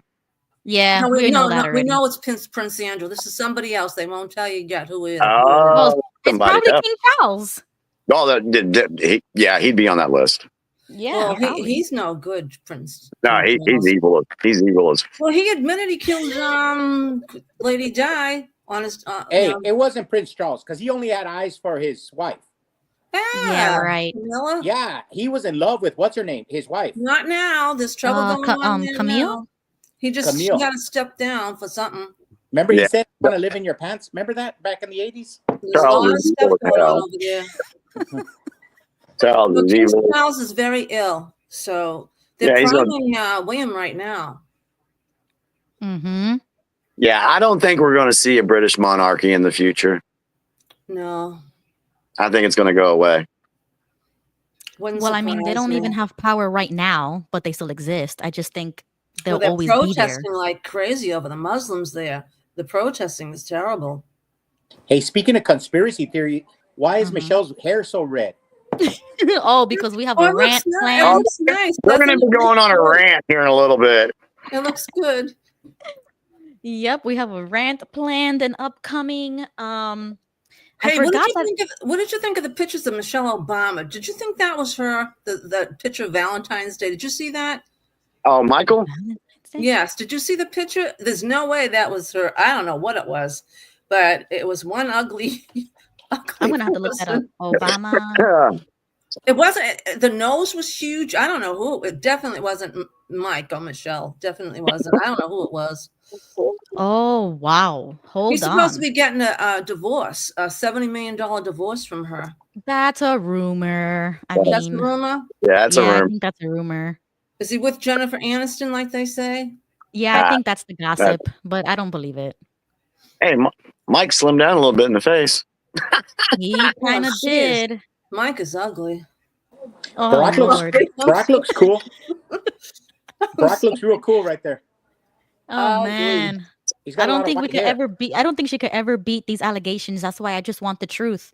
Is it No. so hard Yeah. to get the truth? Hey, Ruby, you did see the Ellen danced, right? Her dance. Yes, that was Yes. awesome. Now she was in Hawaii when what's his name died. Oh, what was that president? Jimmy Carter died. She was also when Trump got inaugurated. She was in Hawaii, and no one can understand why she's out in Hawaii. But the rumors are that they are getting a divorce. So I don't know. Yeah, I think they're Yeah. both gone already anyway. So Probably. Well, they've got a lot of nice houses. Well, I mean, that's the conspiracy. I don't know how true they are, and Oh, like they'll come out. It always comes out. I mean, Johnny has a good point, and I told Jimmy this a long time ago. I'm like, they could disprove it if they just showed a picture of Michelle pregnant, and then come to, yeah, that would be so easy. But then we find out that she had her children through IVF. Her children are adopted. Or yeah, I was going to say those children. I'm sorry, I've seen. There's a documentary. They're pretty upset about her. There's a documentary out about them. I've seen the picture of the Nesbitts, Nesbitt. That couple. I swear, you look at the girls, you look at the couple, and you would be like, yeah, that's his daughter. That's her mama. They look just like them. Yeah, I've seen it. I've gone down that road. I don't know what is it. I just don't believe it. I don't know. Okay. So I'm gonna. Well, it'll come out. It'll come out. It always does. Because there was information, and I don't have it in front. I should have grabbed it because there was more information that came out this past week about his birth certificate too. Yeah. I was gonna ask you about that, Jimmy. What is that about? The only thing that I gleaned from it, because like I said, I've been busy with Operation Spotlight and work, and so I'm just trying to catch stuff. But it said something about the birth of the father and the place that he was born and the name of the country. But technically, that country didn't become a country until like 14 years later. Oh. That's weird. That's what I saw. I'd have to go back and look to verify it, but that's what I saw. They're on Epstein's list too, you know. Oh yeah. Totally. Okay. Jimmy, did you see anything about Wendy Williams? A video came out of her crying through a window and everything. What do you think about that? Wendy. I believe that she's been forced to shut up. Yes, by Puff Daddy. Yep. Yeah, she's been forced to shut up, and they're holding her. They're keeping her out of public eye. That's why it's that whole conservatorship, like they did with Britney Spears and a few other people. So, they've got her locked away in a hotel room, and they're not letting her get out right now. Which I really like her. I hope she's going to be safe. I really like Wendy. Yeah, she was spilling a lot of truths, and so that's sad what they're doing to her. What do you guys think? What do you guys think of all the lawsuits between the judicial branch and the executive? It's almost like we're in a little cold civil war. Well, it's the deep state doing it, so yeah. They don't want any of this stuff to come out. You kidding me? They don't want to be exposed, these people. Yep. And that's why they're going to fight. Yeah. And the optics look terrible. Like that one Judge Ali, that one of the congressmen moved to impeach today. Just the last name Ali to impose himself on the executive branch, Trump. It looks very bad. It looks very bad because, to me, it's like, for instance, I went to go get chicken for lunch today. I went and I was talking to the young guy. Did you get a Mexican one? No. Just a regular fast food. And but the guy talked to me in English. There's two Mexicans at the counter. He talked to me in English. Then his boss came over and started talking to me in Spanish, the manager. And that's bad manners. The way we were brought up in the 1950s and 60s and 70s, the immigrants, when you talk to somebody, you speak the language that you're spoken to when you're here at the border. For example, if you go to Mexico, you speak Spanish. If you're in the United States, you speak English. And if you're at home, whatever the mom and dad. And that's just respect. That's mutual respect of immigrant in the immigrant community. But lately, the immigrants on the border, they don't want to speak English. There's a lot of hate towards the country. So I reached in my wallet and I paid with Mexican pesos. Mm-hmm. And he goes, we don't take pesos. And I go, well, you don't speak English? Good one. And I think that's what you have to do. That's what you have to do because everybody's gotten uppity. And that's what I think these judges have. They're a little bit up. They don't know their lane. They don't know the difference between the judicial and the executive branch of government. Yeah. Yeah. They're going to get exposed. Oh, Jimmy, I starred this and I forgot to bring it up earlier. Thrifty says, waiting for Papa Q to comment on the CIA using government servers with secret clearance to discuss. How do you say all that without getting a strike? Huh. I don't know if you know anything about that. What does that mean? Can you repeat that again? Waiting for me to CIA? Yeah, that they're using government servers with secret clearance. For what? I have no clue. I guess we're going to have to look that up. Interesting. Huh. Yeah, they there's a thing called FISA, and I forgot what it stands for, but it has to do with getting warrants to spy on your political opponents. It's a way you can go to, you can go to court, you can fool a judge, those corrupt judges like Gigi was referring to, and get these warrants to be able to do the spying, and they are done on CIA government computers. One of the Q posts said FISA will bring down the House, and that goes in that goes in to something out of a Tom Clancy movie. I mean, it's intense. The rabbit hole is deep. There's evidence for it. It's a big soap opera in that situation. Wow. It goes all the way back to them spying on Trump's campaign and getting the fight. Yeah, it's a lot. It's a lot. It's a lot. So wait for that to come out. Welcome to the stage, Gigi. Hey, I've been emailing you. You probably saw it, and I'm just going to bring up one news item, and I just put it in the comments section. And everyone has to understand this is the biggest news all week. This is one of the greatest. This is the better news of the whole presidency of Donald Trump. Okay. And it has to do with gold card versus green card. All of our lives, we've been having green card. And for our Democrat friends that are listening, you have to have the courage to just understand that you are wrong. We tried it your way. For 4 years, millions of people have been brought into this country illegally, and they were living in hotels for free. They were given free cards and everything like that. We all know the damage that was caused. Along comes a man who is successful in business, and he said today, we're going to have a gold card, not a green card. That's all that. Where we expect to have 1 million, just for example, 1 million people from across the world give the United States government $5 million per card. So let's say and they ask him, what if you're a rich Russian oligarch? He goes, well, if you're legal and didn't break the law, we want your $5 million. But here's the thing. $5 million from 1 million people is $5 trillion.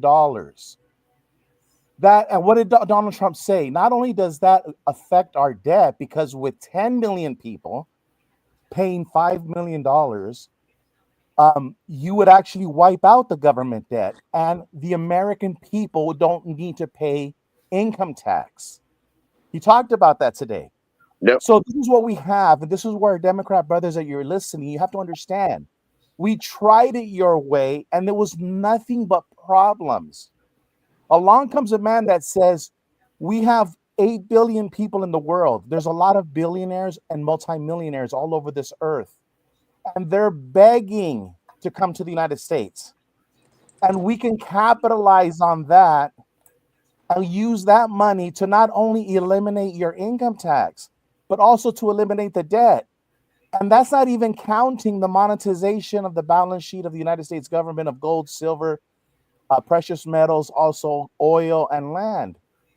So here we have the point I'm trying to make is that if you're a Democrat and you're still hating on Trump, you have to look at yourself in the mirror because the numbers don't lie. And one thing that God gave us numbers for is to understand who's telling you the truth and who's lying to you.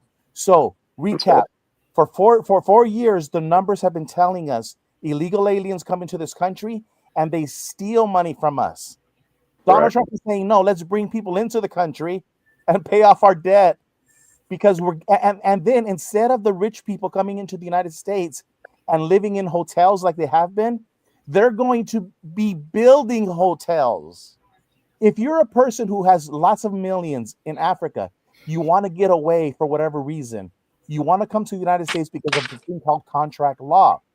So you come to the United States and you build a few hotels with your millions because you're trying to escape Colombia.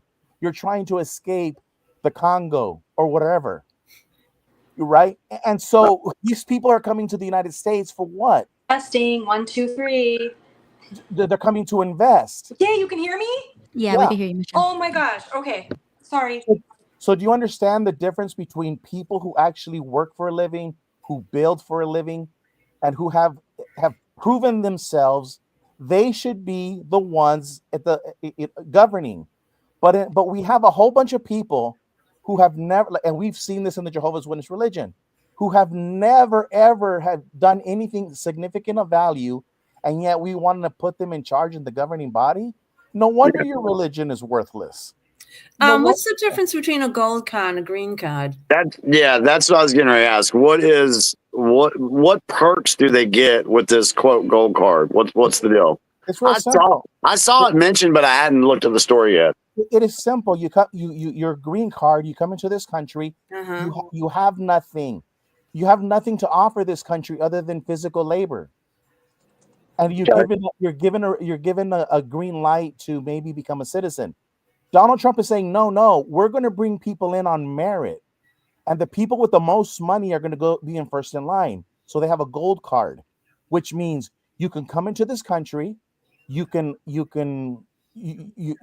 a right to get a job. You can open a bank accounts, and you get in line to become a U.S. citizen. Now, Donald Trump can do this without Congress, but Congress would have to write the law to allow the gold members, the gold card holders, and fast track them. That's a Congress thing. But Donald Trump says he's the chief executive. He has every right to say, no, the people that I'm going to let into this country are the ones that are going to give me $5 million first. Why should I give Gigi or Jimmy Bell? Why should I give you guys a green card to come work and wash dishes when I have a guy who has $5 million that's going to give it to the Treasury, and he's also going to build a hotel and a restaurant in Kansas City? Yeah, but most people that have a green card, because I worked in an international company, they have to keep renewing their green card. It doesn't necessarily mean that they become a citizen. If the company sponsors them, they can come here on their green card. So what would be the difference in that area between and the workforce with a green card versus a gold? Gail, it's real simple. Donald Trump saying we think wrong. The way we've been thinking is wrong.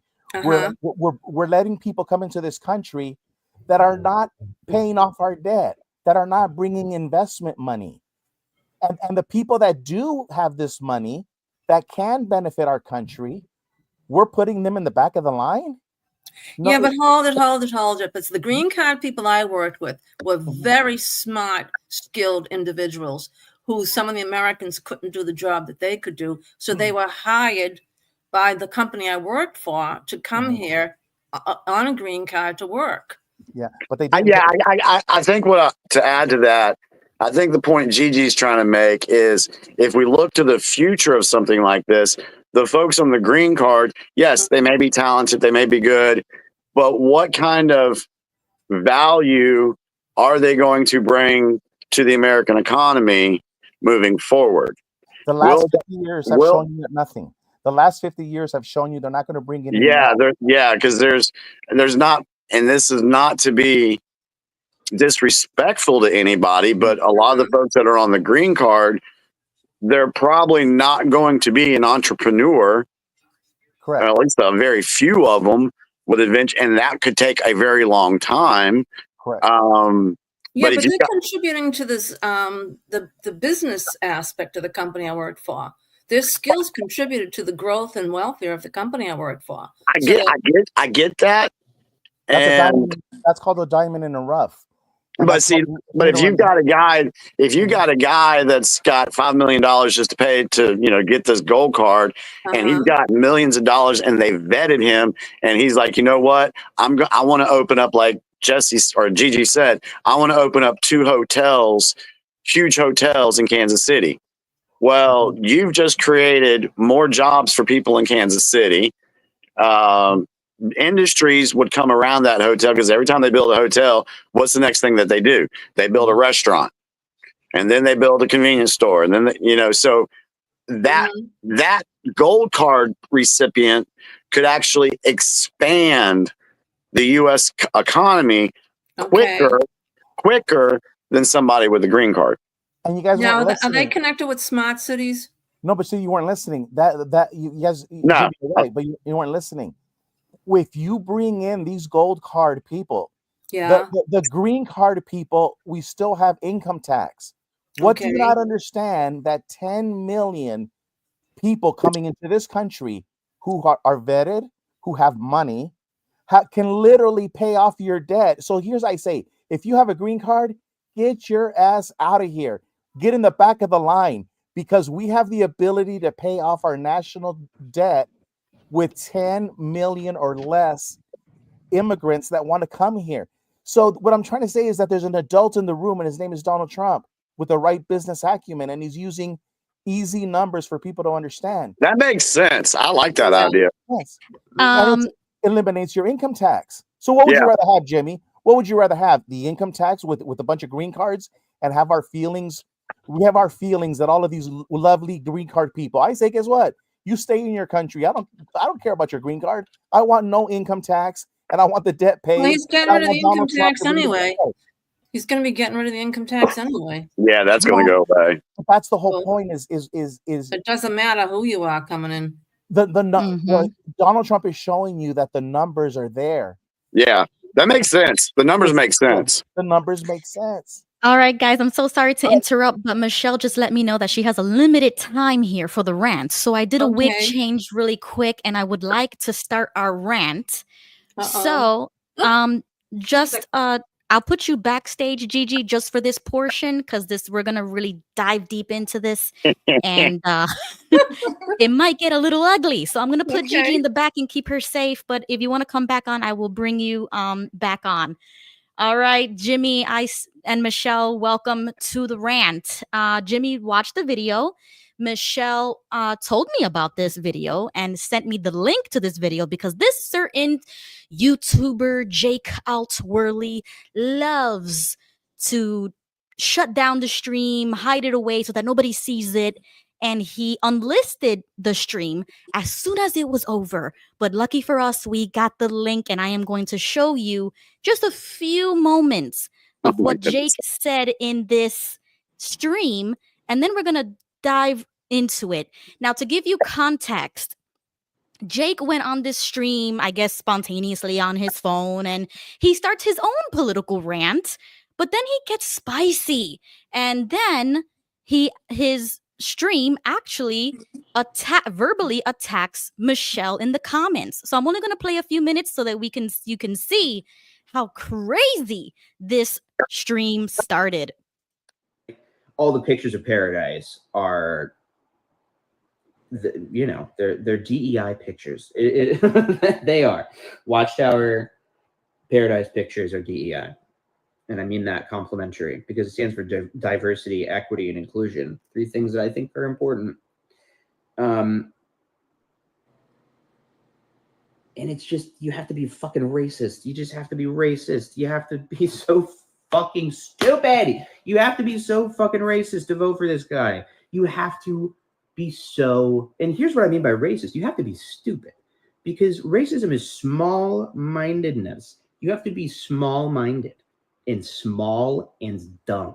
You have to be stupid.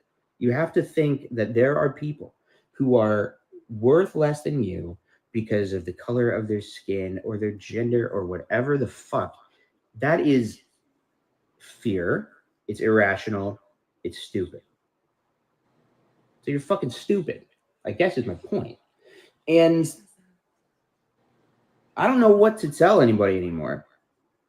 It was as like everything that's happening with Trump now, you have to understand. It was all true about him before. It was all true in 2015. Everything that everybody on the left was warning about, based on the things he was saying that he would do, and the makeup of the Republican Party and the tech billionaire people, like. Okay, so I'm gonna pause right there. I guess you Thank kind of get the you. picture. He is calling you stupid, racist, dumb, and stupid again for voting red, for voting for Trump, or for being a conservative, being Republican. And so Michelle was in the chat, not a conservative. I think Michelle is in her own lane, to be honest. She created her own lane.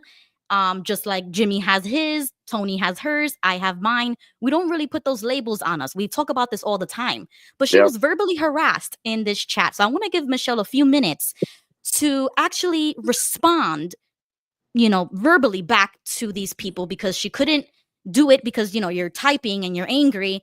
But I want to give Michelle her moment. So this is your moment, Michelle. Go ahead. Thank you. You guys can hear me okay? Yeah. Okay. Hey, can you hear me? No. Yes, Oh, we can. snap. Yes, It's we can. working. So Yes, we can. We can hear you. We can hear you. I just want to give a little background, okay? So I was actually in the middle of doing my Operation Spotlight video that Jimmy, he loves the music of that. Yes. Okay, so I was getting that ready, and all of a sudden my YouTube popped up that he was on, what is it? The message said something like, this message will self-destruct, right? And we Yeah. all know, well, I know because I'm still following Jake, that when he does live rants, he will erase it usually, or he will hide the message. So I went in there immediately because my mindset was, I know how he thinks. I know how he's going to rant. And I also want to show him I still support him, even though I may not agree with what he's saying. So I'm trying to go in there to give a different perspective. But what ends up happening is, as he's ranting about MAGA and he's ranting about Republicans, I'm trying to defend MAGA and Republicans, even though you guys all know how I feel about both sides and all that stuff. And so as I start defending, because I feel like what he's saying is wrong and inappropriate to call MAGA racist, I said, MAGA's not racist. That is not what's happening, because Black Americans, Hispanics, and so many other races voted for Trump. That is not what is happening. It's not that people are racist. The reason why people are voting for Trump is because they think that Trump is bringing back a better America for all Americans, okay? So this is how this started, and he started to call me stupid.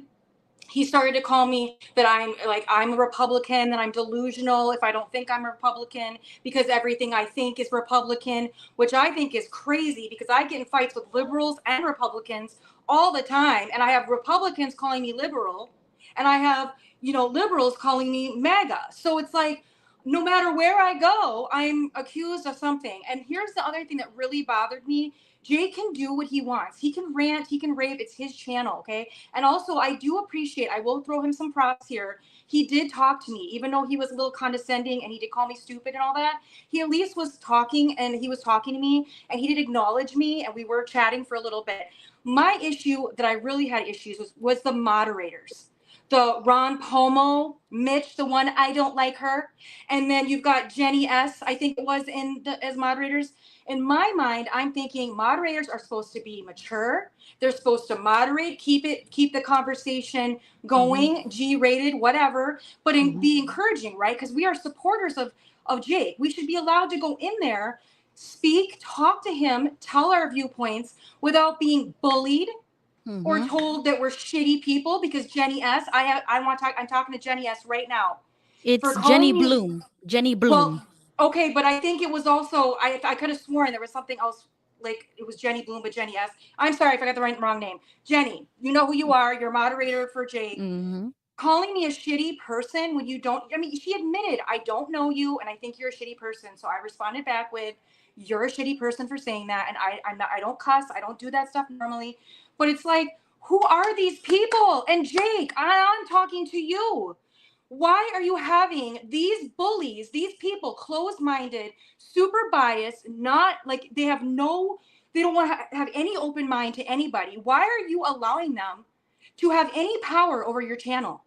I mean, luckily I didn't get timed out, but Ruby, you've been timed out by these people before, and they brought you up. I mean, I know that's why, and that's your part in this, but I mean, they thought I was Ruby. They were like, Jenny was like, is this Ruby? And Ron was like, no, but she loves Ruby. Yeah, I love Ruby. Who doesn't love Ruby? Ruby lets people speak. Thank you, Michelle. Let's talk about that, because thankfully Michelle got receipts. She has a screen recording of the chat as she's typing live. This is all happening live. And right here, I know it's a little blurry, but the moderator who says this, Jenny Bloom, she says, wait, is the world as a stage, Ruby? If so, the lobotomy is showing. LOL. Oh my God. So I'm going to press illegal play. immigrants are. Like, and Yes. now, how do He's you calling think you that we stupid are and me supposed to stupid, interpret that? brainless. Exactly. Yeah. How do you think we're supposed to interpret that? I know when you dude who looks like me, you don't mean that. Oh, can I give context on this? You are incapable. Yeah, go ahead. I'm going to find the Okay. comment. Oh, there she goes. you Ron find it. Pomo. So it gets to a part where we're talking about deportation and illegal immigrants. I know people don't like the word illegal, okay? I know that's a questionable word, but we're talking about countries having rules that you don't have people flooding in your country. This happens all over the world. It's not just America, and I'm tired of them always acting like America's a horrible country for having rules, laws, and so forth. And this is the issue that he was bringing up about immigration, and he brought up his words, brown people, that we are targeting brown people, right? And I said, no, I believe that anyone here that is not legal, and I know, again, triggering word, anyone here that did not come here and do what you need to do to be in America, just like in any other country, I don't care if you're German, Irish, Canadian, I don't care who you are, you gotta go. And that's when he started raging and saying, we know you're not talking about white people. Okay, so that's the context for that part. Yeah, so I mean, Jenny seems to know who I am. These people know who we are. So when they go on these little political rants, in my opinion, who else are they talking about if it's not other ex-Jehovah's Witnesses in this community who are not afraid anymore to talk about politics? And he uses this point in time to go on a rant and talk about conservatives, talk about how if you voted for him, then you're stupid, right? And then they go on a list of name calling. So I know that they probably watch me. They probably are haters in silence, and they most likely will watch this. So that's why I wanted to give Michelle her moment to say something to Jake. King Tony was in the mix of all of this drama. Listen, yeah, I mean, before I do it, go ahead, Tony, yeah. because I'm gonna go off. Go ahead. I mean, it's my personal opinion is like, and that's what I was saying. Like, I can't even. I give it to you, Michelle. You're trying to be supportive. I root for you. Yeah. But for me, like, I cannot watch his videos. It's just like it's a child. It feels like a child just throwing a tantrum and like whining. Right. And I don't like whiners. I like people who can discuss topics, but also find a middle ground and can just, meet people halfway, entertain topics, be respectful. But like the bullying and the like actual using those curse words, that's like, yeah, it's unprofessional and it's childish. And the fact that he has moderators that are just like him, it just shows that they're very close-minded and they're in this close-knit circle and they don't want anyone else in it. And when someone else opposite opinion, opposite, thinking comes into their mix, they're just like daggers, which is not cool. Right. And that's exactly what he's claiming about us. So let this be a perfect example of he is projecting exactly what he is and what they are onto anybody. Because literally he generalized it. He didn't say no names, but he generalized his rant. And then he goes on to directly call Michelle names and then accuse her of being a conservative when she like multiple times said, I'm not even a conservative. Why are you attacking me like this? Your own moderator, Jenny Bloom, calls Michelle a shitty person in the comments. Yeah, Ron Pomo isn't also in the chat. He's also a moderator. He says, no, but she loves Ruby. What is that supposed to mean if she loves me or if she doesn't? Our politics have nothing to do with our friendship or love for one another. So what does it mean to keep my name in your mouth? Once again, when you guys were the ones who gave me a timeout, you blocked me from your chat. Now you're verbally abusing a viewer, Michelle, claiming that, oh yeah, she's team Ruby, team racist. So they throw you in a box and they throw you away and assassinate your character and everything in between, because they don't care to get to know you or to talk to you or to do what I do and bring people live and let you click a link to actually defend yourself or to debate or to do whatever. But this is what they do, and then they unlist the video so that nobody else sees it, unless you have a link or a screen recording. So Michelle has to play FBI all of a sudden and get receipts, because she knows that if she doesn't have this, nobody will see it. Okay. I mean, I think the fact that he put it unlisted, it says it all. Like, what are you trying to hide? Why are you trying to not let your viewers or any new viewers see what you have to say? New people see it. But then he goes on a public persona, posts a video about how we should have differences and that the Jehovah's Witness community should be different and we don't have to respect one another's beliefs. Right? He did that whole video. Oh it's still my up. God. It's still up and it's still public. Okay, so he wants to play both sides, but you can't, because the truth will always come out. And he wants to blame his ADHD. Yep. Well, guess what? We got it too, honey. And that's not an excuse. Hate when they use their disability as an excuse. That does not give you an excuse to be disrespectful and a monster. That's like, it's disgusting. And I honestly want to stop the divide. I'm literally trying. There was someone in the chat, Kay, I think it was, who was like being rude to me and stuff. And he or she was saying, oh, I'm just in here for attention, yada, yada, yada. No, I have better things to do than being here for attention. It does break my heart to see how left-leaning XJWs treat right-leaning and vice versa at times. It's like, I just want to stop the division, because we have enough division as it is, and we need to stand united. And that's my message to Jake and to Jenny Bloom and to Ron Pomo, Mitch. Like, we need to stop the infighting. It needs to be done. You have a right to your opinions and feelings, but if you don't allow other people to speak and explain where they're coming from, there's never going to be a connection. We're never going to understand one another. Yeah. He doesn't care, Michelle. That's the problem. He doesn't, yeah. They do not care. And that's what we call radical. That's what we call lefty loonies. They are off their rocker and they want to blame their disability or whatever. Who cares? Because everybody got something to deal with. Nobody cares. So when you start calling people names, you degrade people in the chat. That's what he condones. He allows it to happen on his page and in his chat, and he's okay with it. So you know what? I don't give a damn. He could go fuck himself, okay? And Jenny Bloom, you could go fuck yourself too, okay? And Ron Pomo already knows how I feel, all right? So I don't care anymore. This is why I said I was going to go off. I don't care anymore. And he wants to, this is who he wants to be. Fine, be whoever you want to be. But you know what?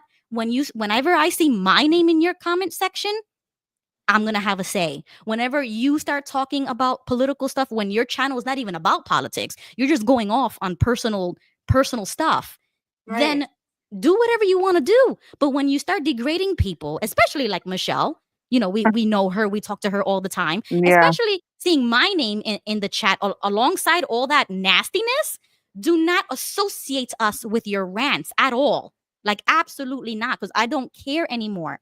Nobody cares. They don't. And if he ever wanted to come on and defend himself, you are welcome to do so. Jake, if you're watching this, if any of your bullies or hooligans are watching this, they can come over here and talk to us directly. In the meantime, shut up. Nobody cares. I don't care. And also, when Mitch told you I don't like you, and he had no reason, he just like, I don't like you, bro. That was insane because of your political views. And you need to always. I love that for your intro, by the way. They are giving us and I'm not just saying MAGA or whatever, I'm saying anyone with a differing viewpoint, a reason to actually dislike them. Right. Okay? Because their treatment of us, there's a legit reason not to like people like that. So yeah. they need to look in the mirror. That's what I'm saying. All of them need to look in the mirror and figure it out, because that's not the way you treat human beings. I'm sorry. And these are from the lefty loons who supposedly are the ones about tolerance and being loving to the LGBTQ plus. Yeah, it's like, if you're so loving, where is your love? I don't feel it. Not the clapping. Go, Michelle. Yep, exactly. So thank you to Michelle for being brave enough to actually come over here and talk directly to him. Who knows? He might not see this. He might. I don't care. The point is, I don't like care to be nice anymore. Because, you know, when Ron came up, he said, "Oh, can I read one of your tweets?" I said, "By all means, read one of my tweets." And that's when he said, "Oh, you know, you're done talking to XJW leftists and I'm done being nice." Yes, I am done. I'm done being nice. I do not care if you are an XJW or not. I don't care. You can have your belief system. You can feel however you want to feel. But what we're not going to do is the bullying, the name calling, all of that. So this is for, you know how Jimmy talks about Operation Spotlight. I'm doing that with all aspects of my life. So whenever I see something like this, especially in our community, I'm going to talk about it. I'm going to expose it so that people can see who they really are inside, okay? Jake would never talk like this to us in public because he's pussy, okay? And Jenny Bloom and Ron Pomo, they're all pussies, okay? And I am done with it. Okay, because you know what? King Tony is my cousin. She knows me. She knows I talk like this in real life. I'm not different off the internet. And King Tony, I could say the same thing for her. She's not different offline. Okay, because we know each other. What you see is what you get. I am a straightforward person, blunt. We both are. I mean, and the thing is like you can only be so nice. When people are trampling over you, you have to stand up for yourself. You have to bite back. You have to bark. And it's sad that we have to be driven to that place, but you cannot not stand up for yourself, because then they're just going to keep walking over you like a doormat. Exactly. You know what I'm saying? We're done with that. We are done being like that. And I don't care if it's Jake the or thing anybody is that else. Michelle was just so like, even with everything that was said about her, she was just so professional. She was kind. She was still trying to entertain the conversation. Like, I really do give you credit, was a keyboard, because I don't give these type of people the time of day. Well, I was also trying to kill him with kindness. He did look. He was wearing a nice sweater. People were commenting that. I was like, "Yeah, you do look nice, Jake." Sure, he looks like what's the guy's name from Blue's Clues? What's his name? Steven. From Blue's Clues. Yeah, he definitely does look like him. Let me stop. No, but you know what? I'm sorry, but I don't care about the sweater. F that and F him. I don't care no more. If you want to talk about politics or conservatives or Republicans, go F yourself, because you would never talk to somebody like that in real life. But he wants to go online and be all big and bad, and then, you know, start claiming, "Oh, I care about all the people." Oh, no, and the thing is, he hides the video so that people cannot even refer to it. Because but look, we got the link. We got the evidence. We got it all. But I want to just address two final things: the bankers comment and the bloodlines comment. Okay. Oh yeah. Oh yeah. So go ahead. I brought up Ron. Okay, a lot of times this is not just Ron Pomo has done this to me. Left-leaning people do this all the time. When I say they, like they are running the world or whatever, and then they want to know names. Give me names. Yeah, So like specifics. Right. So I was like, you know the names, you know who I'm talking about. He's like, no, give me names. So I said, okay, how about any of the elites and bankers of the world? Elon Musk, he probably schmoozes around with these people. Maybe he's one of them, you know. But he went past everything. Elon Musk, everything. And he was like, oh, we know what you're talking about when you say bankers. I was like, oh, what do you think Oh my God. about? And he brought up Jewish people. Yep. And I'm like, oh, so wait, who's the racist here? So Right. you think all Oh my bankers? God. You think all bankers are It's so Jewish? ignorant. Yes, like I never said that. I never said that. I said just elitist people that have a lot of money. And then he brings up bloodlines. He says that conservatives believe that in bloodlines. And it almost sounded like he made it seem like people on the right believe like Hitler or something, that they believe in pure bloods or something. It was so bizarre. And I'm like, we need to address this. Where are they getting this idea that we're all It's their own world, Michelle. They live in their own world. Don't you see? I can give an illogical reason for that because Oh. remember, they associated her with me. And if you know me and my ex page, you would definitely have that opinion because I share a lot of anti-Semitic things that they consider anti-Semitic. So once again, they are grouping us together, which is why I But always that's say assuming. You're that assuming and you're making an ass out of yourself.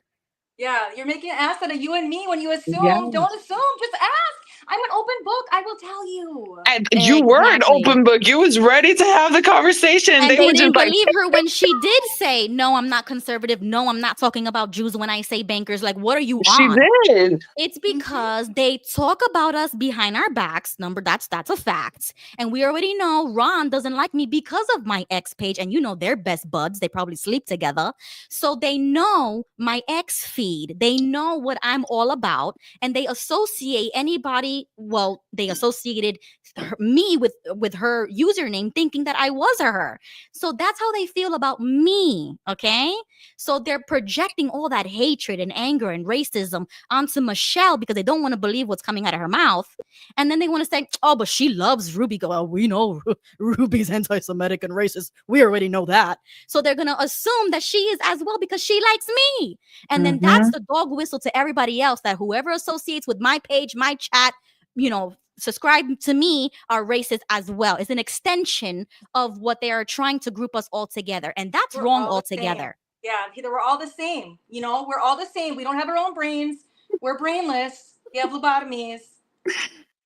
Yeah, exactly.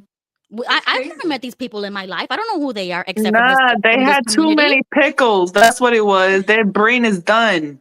That's true. And too much soy. But I could not resist to ask. After he called me anti-Semitic, I asked him, I said, Jake, are you pro-Israel? Because you know how they think about that. And of course, because you know they're pro-Palestine, right? They're pro-Palestine. So I said, well, you keep talking about defending Jewish people. I said, does that mean you're pro-Israel? And Ron Palmer said, Israel doesn't equal Jewish people. Okay, I can't win. All right. What? Well, bye. See you later. Because he's stupid. That's why. They're stupid and uneducated. They're stupid. It's like they can't keep up. Are they defending it or going against it? Are they defending it or going against it? I can't keep up. Exactly. All right. Well, thank you to Tony. Thank you to Michelle. Thank you, Jimmy, for just sitting there and listening to the whole entire rant. I am so sorry to everybody, but we had to get that out of our system. I'm sorry. I'm not going to. You want me to chime in on this? Yes, please. By all means, because I'm not going to sit here idly. Let's get some perspective. The way they have my fucking name in their mouth all the damn time. I mean, you know what's like, why don't you come crazy here is to my face and talk to me straight up? I was watching it live, so seeing it live was crazy. Listen, Ron was the only one who had puny but bigger balls than these marble balls that these people got, and he came on my show and he said it to my face. That's the only credit that I could give Ron. But everybody else, until the day comes, I'm done. Go ahead, Jimmy. Okay, so it's debated on who made this statement, but the statement is, it's better to be quiet and appear as a fool than to open your mouth and prove it. True. Wait, you're saying someone said that in a comment, or you're bringing that up? No. That's a quote. That's a quote. Okay. Yeah, it's a quote. Some say it's Einstein. Some say it's other people, but the quote it's out there. That it's better to remain quiet and appear as a fool than to open your mouth and prove it. And that's what I thought when I saw this video. Now, first off, it took me 2 days to get to that video. Y'all know me. I could have destroyed everything he said. And I had to watch this thing in like 10-minute, 15-minute increments because I couldn't take it. I actually watched the Hispanic guy do the Operation Spotlight thing last night. His video was an hour long.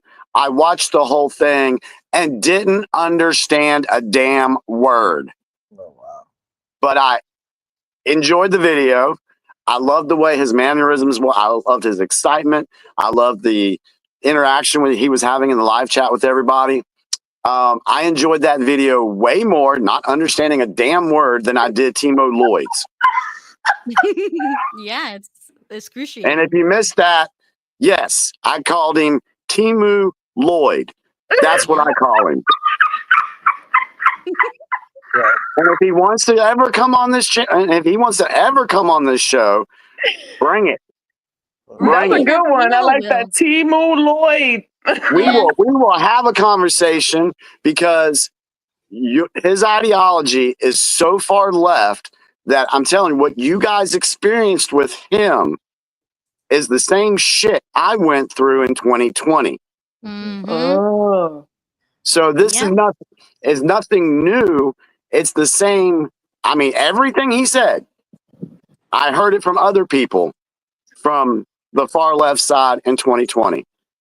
And that's why when Ruby came out and was experiencing what she was experiencing, I went to her. I said, Ruby, there's other people like you. Mm-hmm. And so it doesn't surprise me that he said what he said, because he still believes that leftist ideology. He can say he's independent or bullshit. And if you want to prove that, come on the show. I'll have a conversation with you. And we will do it respectfully. Because everything you said was horse shit. Yep. I agree. Well, Michelle wanted congratulations on your judicial committee. On the 2.0. That's just 2.0. You're gonna get a 3.0 here pretty soon, girl. You keep it up. You'll be in committees all the time. But see, this is the reason why I got worked up about this, is because here we are trying to do something to bring a unifying moment to the EXJW community, something that has branched to many different nations. A lot of people are getting involved with it. The division we have in the American or the English-speaking EXJW community is nowhere near what it is in other communities. You don't see a lot of, I don't, I could be wrong, but I've never heard of all this division and stuff in the Spanish EXJW community or the African EXJW community. I haven't heard it. It may exist. I don't know. But you can take the Jehovah's Witness out of the Kingdom Hall, but you can't take the Kingdom Hall out of these ex-Jehovah's Witnesses. Exactly. And that goes into that whole thing to where when you wake up and when you say you wake up from Watchtower, but you're still spouting leftist ideology and having such a closed mind, you have not woke up. You're still thinking the XJW mentality or the JW mentality. You got to wash that crap clean.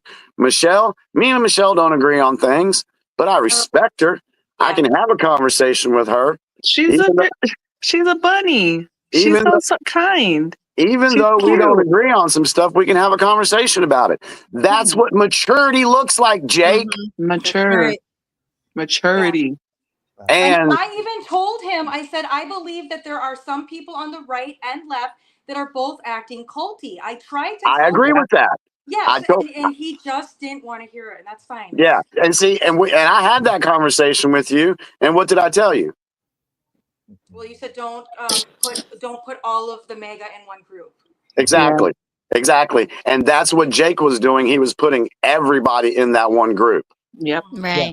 That's the difference in, for lack of better words, maturity. Yeah, so. Hang on, Jesse. Hang on. I got one last thing to say.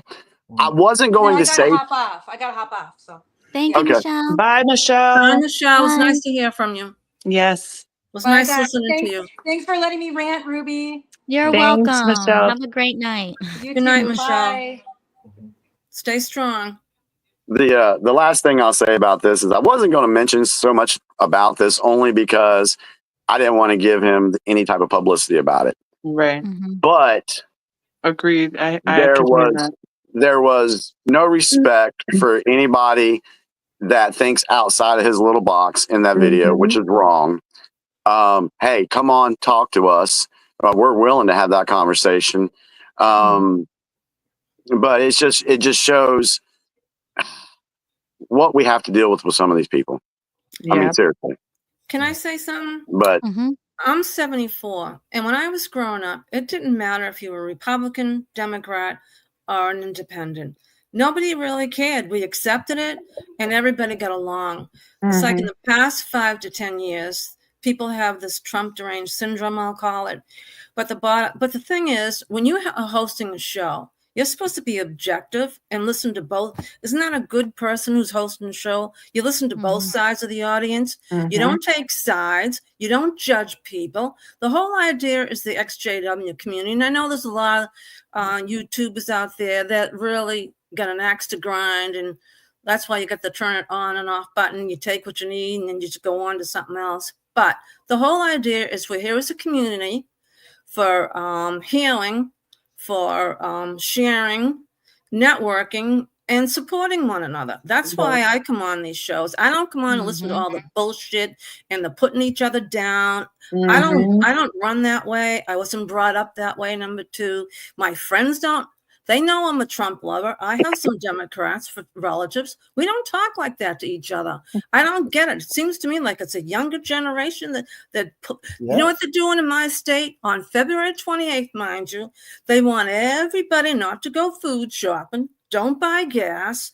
Everybody give $1 to this Charles Laquadera who used to own a radio station in Boston. He was very famous years ago. And I'm like, no one's telling me I can't go food shopping, and I don't know what the point is, and I don't know what he's gaining by it. But the people have gone crazy. They're protesting in California. They're protesting in New York. Look, we've got him for 4 years, so suck it up, everybody. Whether you like him or not, we've got him for 4 years. Would you rather have Biden sleeping on the beach, who's corrupted our country, who's brought violence, rape, murder, stealing children, abusing our children, or would you rather have a man who's trying really hard, and it's not an easy job Mr. Trump has. He's got a huge workload to fix all this, and he can't do it overnight. He's got the best cabinet in history. So everybody should give the guy a break. You know what? People whine too damn much. They really whine way too much. I mean, I grew up in an Italian household. My family said, suck it up or shut up. And that's how I was brought up. And in the mental health field, I learned to have a thick skin like an elephant and let a lot of crap, because you can't control what everybody says and does, but you can only control what you say. And if you don't like what they say, but people shouldn't be nasty. I don't like it when people are nasty and put one another down. That I hate. And I don't like, and I'm all for the underdog, and I hate bullies. But that's just my feeling. Gail, it's good. It's good when you see nastiness and fighting, and it's two men in a cage, and they have costumes and they're playing WWF wrestling. Yeah, that's okay. But when you start going and beating up women, I don't know, you guys missed this, and Gail hit on it. She's 74 years old. She says, there was a time when men only boxed men. It seems to me that we have this guy, Jake, that wants to be an intergender boxer. He likes to beat up on women. And I'd probably beat him up in 2 seconds. Yeah, all I'm saying is, if you're gonna fight, keep it within the sexes. And I'm being serious too. Men should never fight women. No. Oh, no. Plus, I'm not being, men are stronger than women, I'll admit it. Most men are. I can't compete with a guy boxing. I can't compete with them lifting weights or swimming. They're stronger than we are. I can't compete with that. I can compete with another woman, but I can't compete with men. There's no way I can. Right, but they were dragging Michelle in the chat section, and it's not like you could really defend yourself when your thumbs I wish could I only was move on so there with fast. them. No. So that's why I told Michelle. I'd be sticking up for her in 2 seconds. I don't like bullies. And why should he have a show if he's going to be doing stuff like that? He shouldn't even be on YouTube anymore. He should be taken off of that. Right. So that's why I told Michelle, don't worry about it. I know she was angry. Like she told us immediately when it happened. He'll lose his viewers. And that's why I'm doing this, is to expose who these people really are. And do you think he's going to collaborate with us on something like Operation Spotlight? Hell no. Do you think that the efforts that Ron Pomo was doing in Washington State recently, he was advocating for CSA stuff? I'm in the same lane. Do you think that we would ever collaborate on something? Probably not, because of his pride or their ego or whatever it is. There you go. That's what it is. It's the ego. Mm-hmm. Yeah, and they're not willing to put that down. Mr. M said, what did Jake have to gain from this? I guess that's what he said in the chat a little while ago. Yeah. Attention. Exactly. And unfortunately, with us talking about that, that's what we're giving him. But the situation calls for it to be talked about because it's showing a pattern of individuals who just want division. And we have to expose that and, show folks why that's happening. Our society has been dumbed down. Men have been demasculated. Mm-hmm. Yep. And then you have the whole white guilt thing. Yeah. And I'm just like, oh my God. And these people are inundated with it over the last, 15 years or ever since 2008.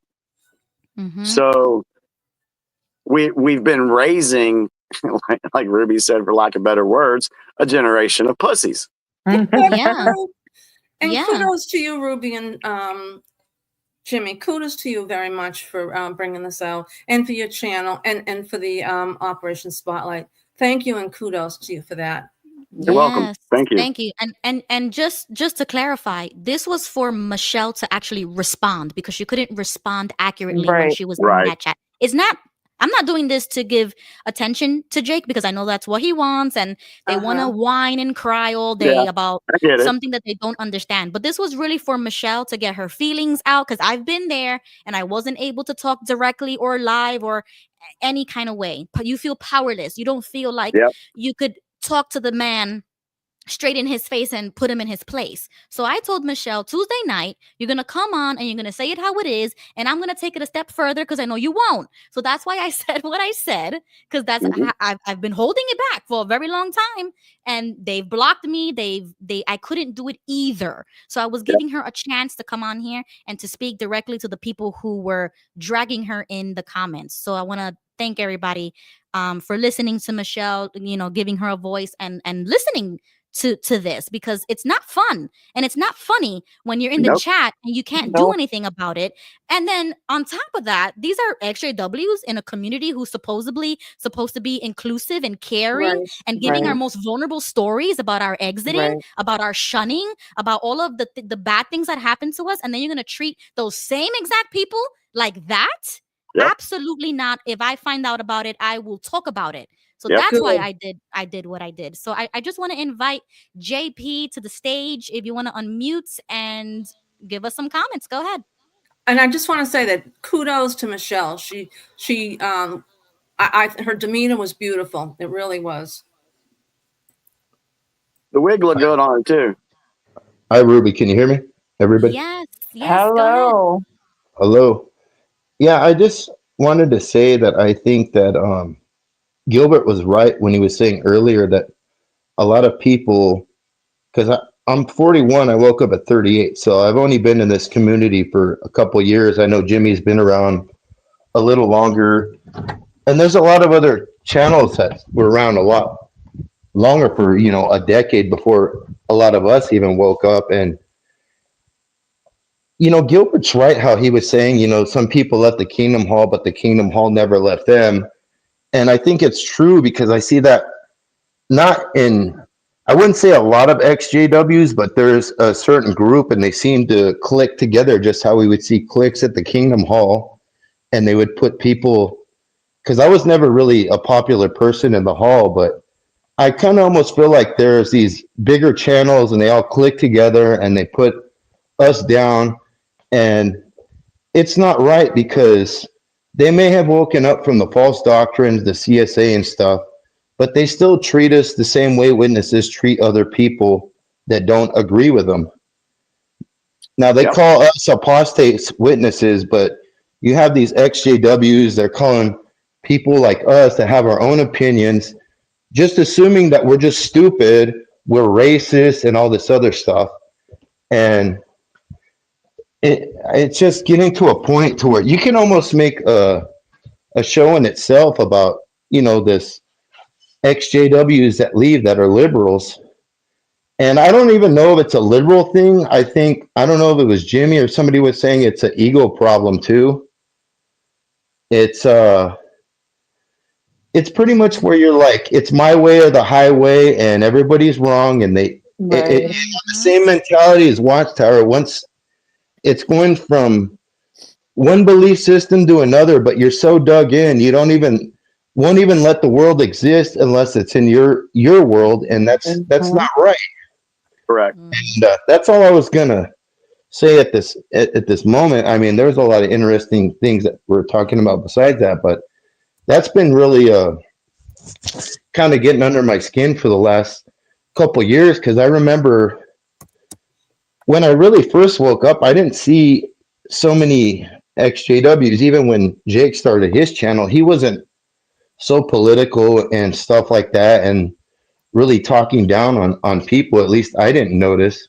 And I think it's just some of these people that are in the younger age. I mean, there's probably older ones, but I mean, we all have to have respect for There's each some other. older ones, believe me. Yeah, you're definitely right. But Yeah, I I've think dealt with them. I think these people with the same mentality, they're never going to grow really at a Watchtower. You're going to leave the cult, but you're going to be in society, and you're pretty much isolating yourself from anybody's views and opinions and stuff, to where it just never goes well when you shut down the conversation and you start calling people stuff like that. That's all I was saying. Yep, exactly. Thank you, JP. I want to welcome Joe and Fran to the stage. Welcome. Hi guys, how are you? Hello. This is so exciting. Hey, I have to agree with Gail. Gail, we're going to be 73 in a couple days. And when we were growing up, I mean, who was Democrat, who was Republican? People, had their own opinion, but, they didn't stop talking to one another. Now, so you have to consider. I mean, we're coming at this from a different angle than you guys. We were not born in. Right. We were not born in. So No. we had a culture before we came in. We see what the culture is. We truly do. It's incredibly judgmental, and it's going to be very focused and narrow-minded. It really is. If you don't come away, you didn't go to any meetings. If you went to any meetings, you're basically going to come away that way. And I think we have to have a ton of understanding, for anyone that hangs on to the mentality. It's not a justification for it, but it's just a realization that people go through that. Even ones, well, what I grew up in, Fran grew up in, we carry things with us from our youth that we're always trying to strip away. I think we need to, we have to recognize that some things are objectionable. They are, the way some person treats the other person. There's respect that is we do each other. And honestly, that's a journey. That's a goal that someone has to have, a goal to give respect and to expect it too, and to expect respect. Yeah. And I'm glad we have platforms like this Oh where my we can goodness, all speak. this is so Good, helpful. and we learn from each other. We It's so really helpful. do. We really appreciate that. I tell people, the only way that I want to be involved is if I can be inspired by you, and if I can inspire you, and we don't want to let each other down, and we're not because we're all striving for something good, for something better. We need to, absolutely need to, otherwise that Watchtower Society won. Otherwise they won, and there's no reason they're not going to win. They're not going to win as long as we continue to handle that responsibility of growing and helping each other grow, despite.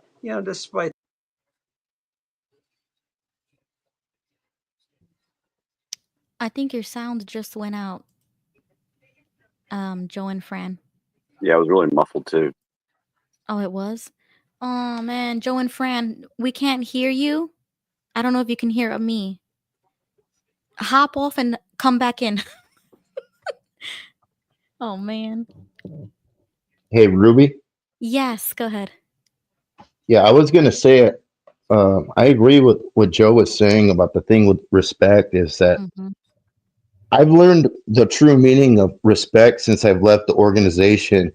And I know Joe and Fran weren't raised in, but most of us were, and we were really taught what the true meaning of respect was to other people, except like people in the org. We respected the elders, our fellow members, and the only respect I would give like to my teachers or my employers or fellow employees was just to show that, to bring,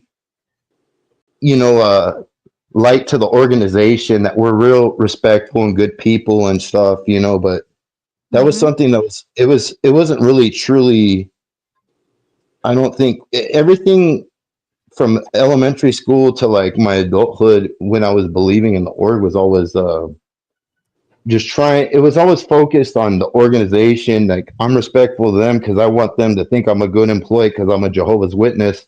Right. And not think that I'm a good employee because I'm actually a hard worker and all that, Actually, oh, sorry. We never got, sorry, Jimmy, but we never got taught the true meaning of what respect is. And that has to go with learning to love and appreciate other people, even though they have completely different opinions to us, and respect them enough, because that's just, as humans, that's just what we should do, because when it comes down to it, we may have a different opinion about political things or certain things. Some people may see the world as flat, some people see it as round, but are you going to start telling people that they're stupid and exactly, why that? It's like, what are you going to do if this person really needs help? Are you going to tell them that if they're in a car accident, or are they? And this has to do even more with like leaving the witnesses. This is like a spiritual, mental, emotional car accident that we've all been through.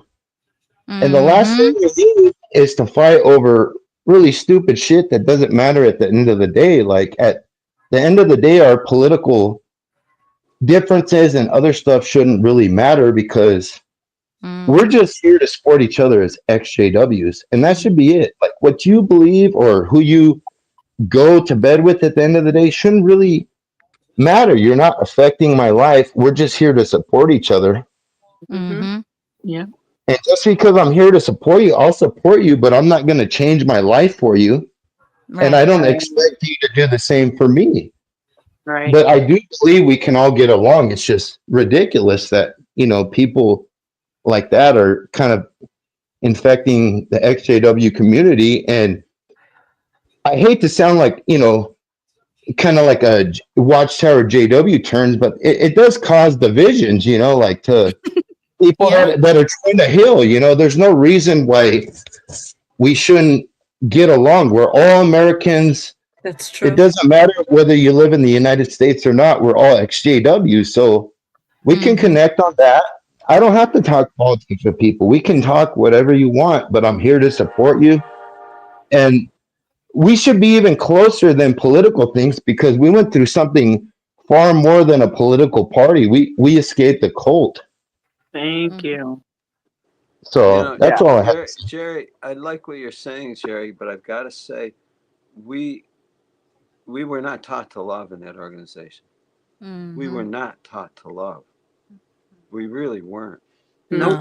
We were taught to judge and obey and expect.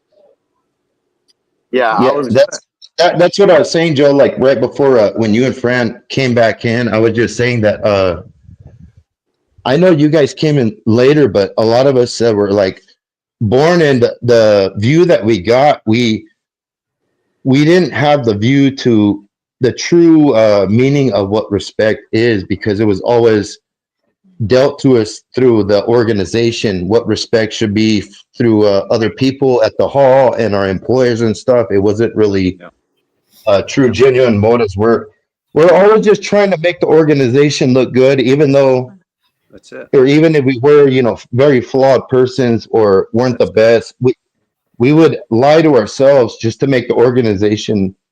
We would put the organization in front of ourselves, in front of correcting our own mental or emotional flaws. We would just mask them and lie about ourselves in order to make the organization feel better. But I think a lot of that carries over with some of these EXJWs. They haven't grown yet in order to realize that it's okay to be different. But that's all I have to say. I'll shut up for a minute. What I want to say to that real quick, if it's okay. Been trying to chime in for a little bit, but let's go deeper and look at this. Let's look at it from a psychological MK Ultra type situation. JP said that we were told to give respect to the elders, respect to the teachers, people out, superior authorities. We were told who to give respect to. But I think that was bull crap, because we were giving them fake respect. Because how many times, and I know every one of us have done it in the past, but we're at the door, we get a hostile householder, we walk away from that door. What do we say? Well, they're a goat, or they're gonna die anyway in Armageddon. Sorry, They're going to die at Armageddon. Yeah. So we went in there with no respect, no matter how good our introduction was or whatever. We are your teacher. You give respect to, but you knew that, oh, well, she's going to die at Armageddon anyway, so let me just do what I have to do to get this good grade. It was a way of feeding narcissistic egos. Because we always thought, and I'm to speak for myself on this, y'all can take it for whatever you want, but we were always taught that if you're a Jehovah's Witness, technically you were better than the worldly people. Yep, that's true. Exactly, Jim. That's why I was saying we were never taught what the true meaning of what respect is. It's something where you connect with a person and you do it, and you're not just trying to present them like you're somebody that you're really not, or you're just trying to, like us when we were witnesses in the cult. What would they tell us when we're at the meetings? Oh, when you go to school, when you go to work, you're representing Jehovah. Yeah.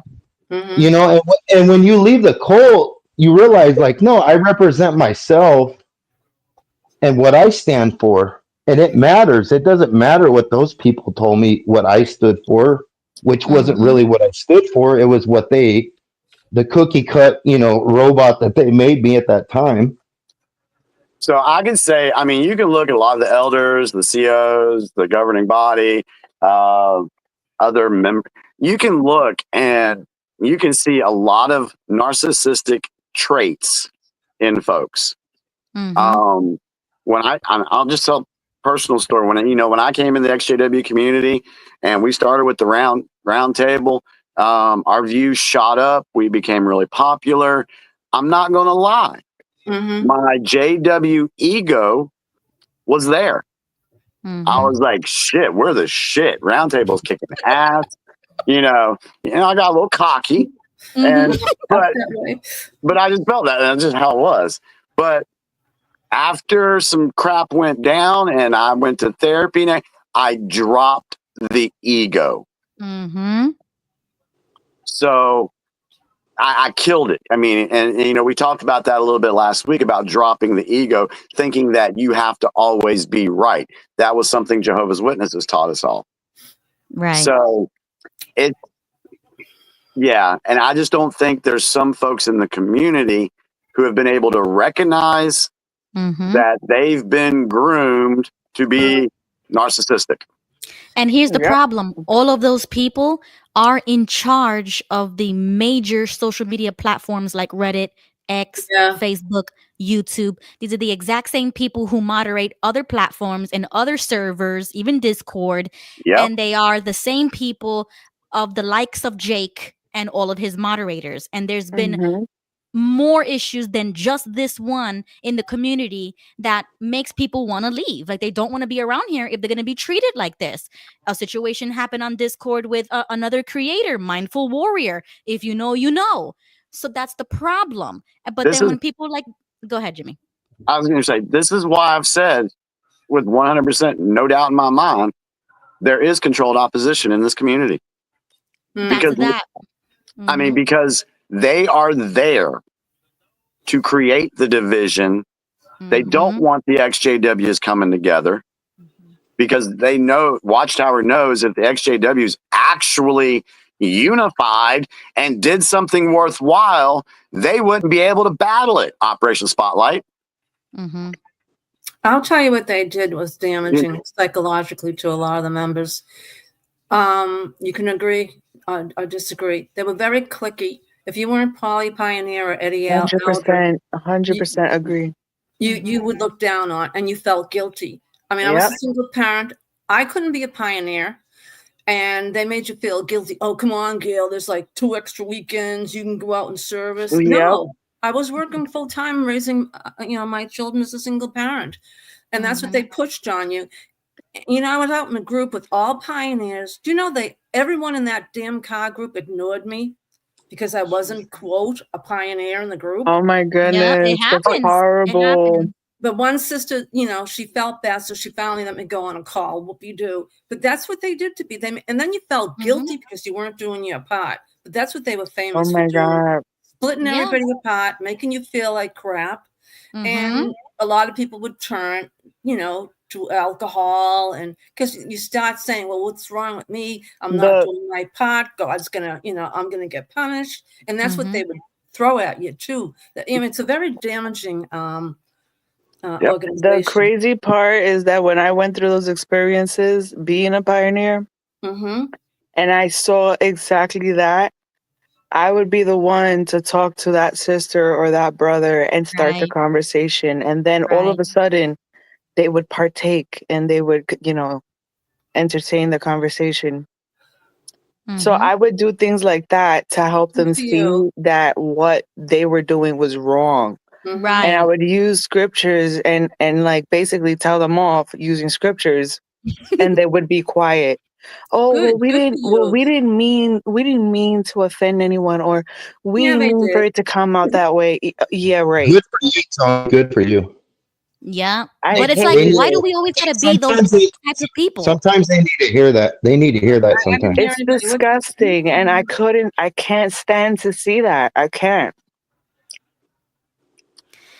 But that's what gets me upset. Why do we always got to be the people that has to show other people that they're wrong and disgusting and disrespectful, and then show people like what Gail just described, what you described, what Michelle just experienced? It's like we're that bridge. We're bringing those two gaps together, even though we can't directly speak to these people, but virtually we're trying to build that bridge to show people how wrong that was in that instance. Because otherwise we would have never seen it, because he'll lock everything up, he'll delete it, they'll shut it down, it'll be gone forever. So when I see this type of bullying, it's not gonna pass me. And I will say something about it. I don't care if you're a man or woman, old, young. If I see it, especially, like I said, my name was there. So that's what got my blood boiling. Like, you people are still talking about me. So we're going to bring that up. I don't want to see no kind of bullying like that anywhere, especially cyberbullying. That's what that is. It's cyberbullying. So we're gonna, that's it with that. And if anybody else has an experience, well, You saw it here first. Okay, don't say I didn't tell you. This is the warning that these people are the way they are, and that's why they don't talk to us. They Yeah. don't collaborate with us. There is an obvious gap. There is a division, but it's because they started that division. Many attempts were made to reach out to the other side and collaborate, to talk, Yeah. to do whatever, you know, they were willing to do, and they decline it and they continue to do stuff like that. So that's my warning. That's my spotlight for tonight. And I hope that everybody learns a lesson from tonight. That's why I've always told everybody, be careful who you follow. Yep. Yeah. Ruby, do you remember Brother Palin, the circuit overseer? No? I don't remember names, but Oh, what's the okay. story? So I only remember because it was something he said in one of his talks, and he said, whenever you see or hear someone coming to you to gossip or talk bad on someone or just anything negative, I mean, doesn't that kind of remind you of like when you smell foul fish? You know, that stench? Yeah. It's almost like you want to hurl and bomb it. It's like, ugh, get that away from me. Yeah. So he said, whenever you go through something like that, you come out and say, oh, I smell fish. Oh, it stinks. Oh, this is bad. You know what? I'll be right back. And then you just leave and you don't come back. And that stuck with me. And I used it a few times. And the sisters would look at me and they would stop talking. They probably know where it came from too. They're like, oh, she got it from the CEO's talk. You know, I've got to say, again, before Watchtower, it was common in any organization that we were part of, be it high school, college, work situations, groups that got together for common reason enjoyed each other. They enjoyed their company because they had common goals. But it's to be expected, and it's normal for groups to subdivide. It's normal because people are on a journey. They're not all just steady and stayed. See, the society wanted people to stay unified because that's their power. That is their power. They did not want people to divide out and to leave and anything like that. But in the world, so to speak, where we are, it's common because everybody's on a slightly different journey. And there's a difference. Let me just step in for a second. There's a difference between, because humans themselves, we are by nature tribal individuals. That's fine. I don't care what tribe you're in, but if your tribe is showing me respect, I'm going to show you respect. Right. So yes, in a sense, there's always going to be groups of people that have like-mindedness, but are they going to be mature enough to get along with other people? And then once you realize that you can actually get along with another tribe, maybe you'll find out you'll have more interest than you do disagreements. Well, that's like a you good said point. before, that's a maturity point. That's So- something the person has to learn. I would agree. I would agree with Jimmy too, because through Joe and Fran, I've been through at least 4 EXJW meetups, and at some of the meetups, there's over 20 people there, and some people are gay, lesbian, straight, some are Christian, atheists, don't know different political views, but we all found something in common that we can get along, which were EXJWs. We can have a good evening together and talk.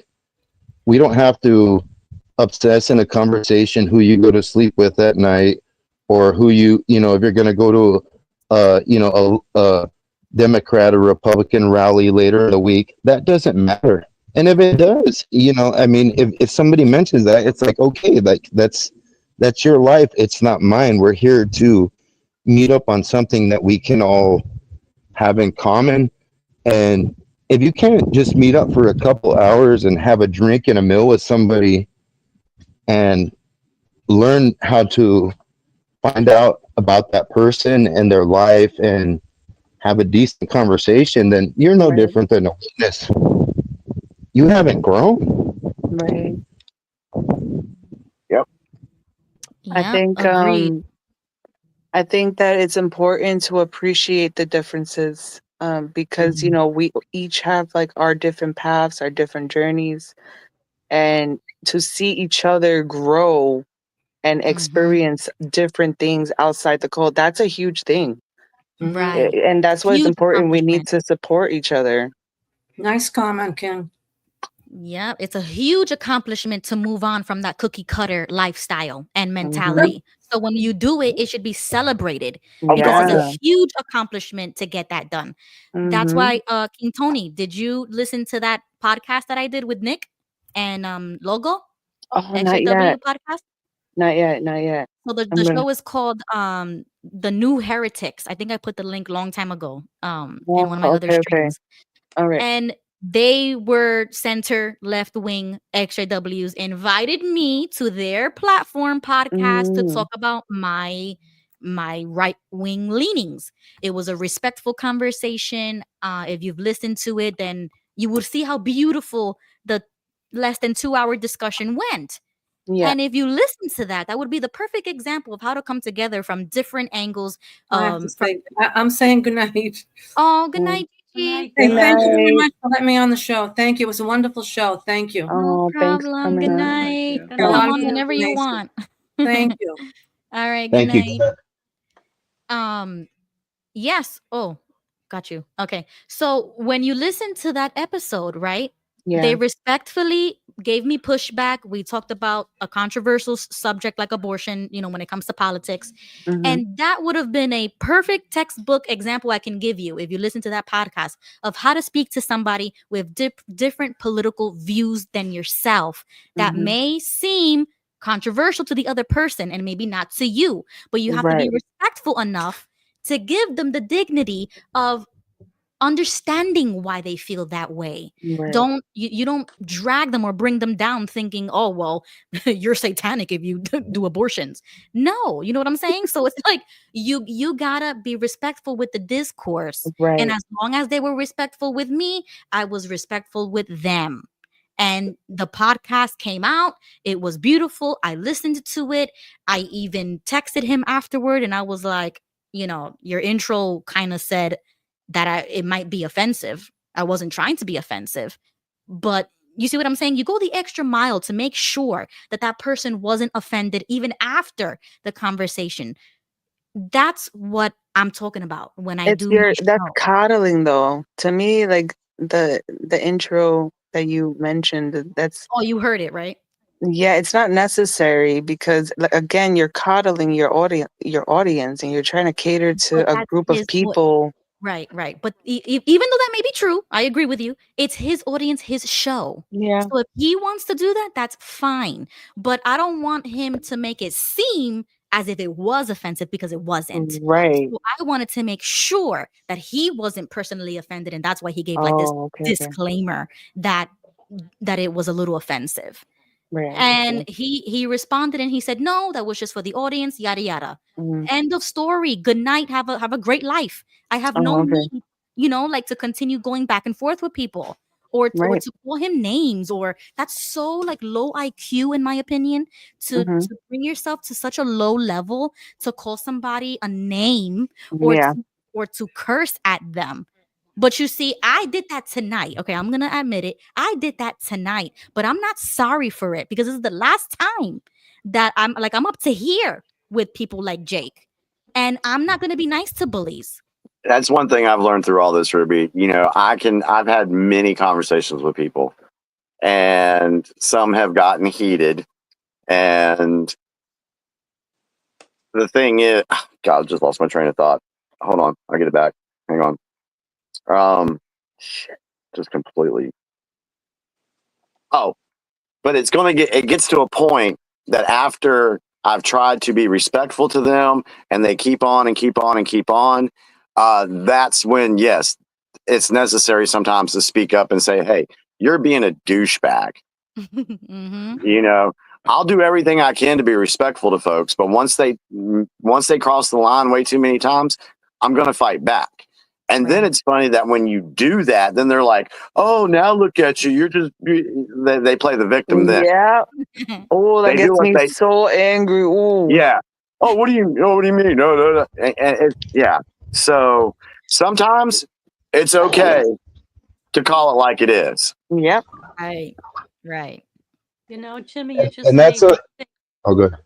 No, I was just Go going to ahead, say, Fran. Go ahead. yeah, can you hear me okay? Yeah. Yes. Okay.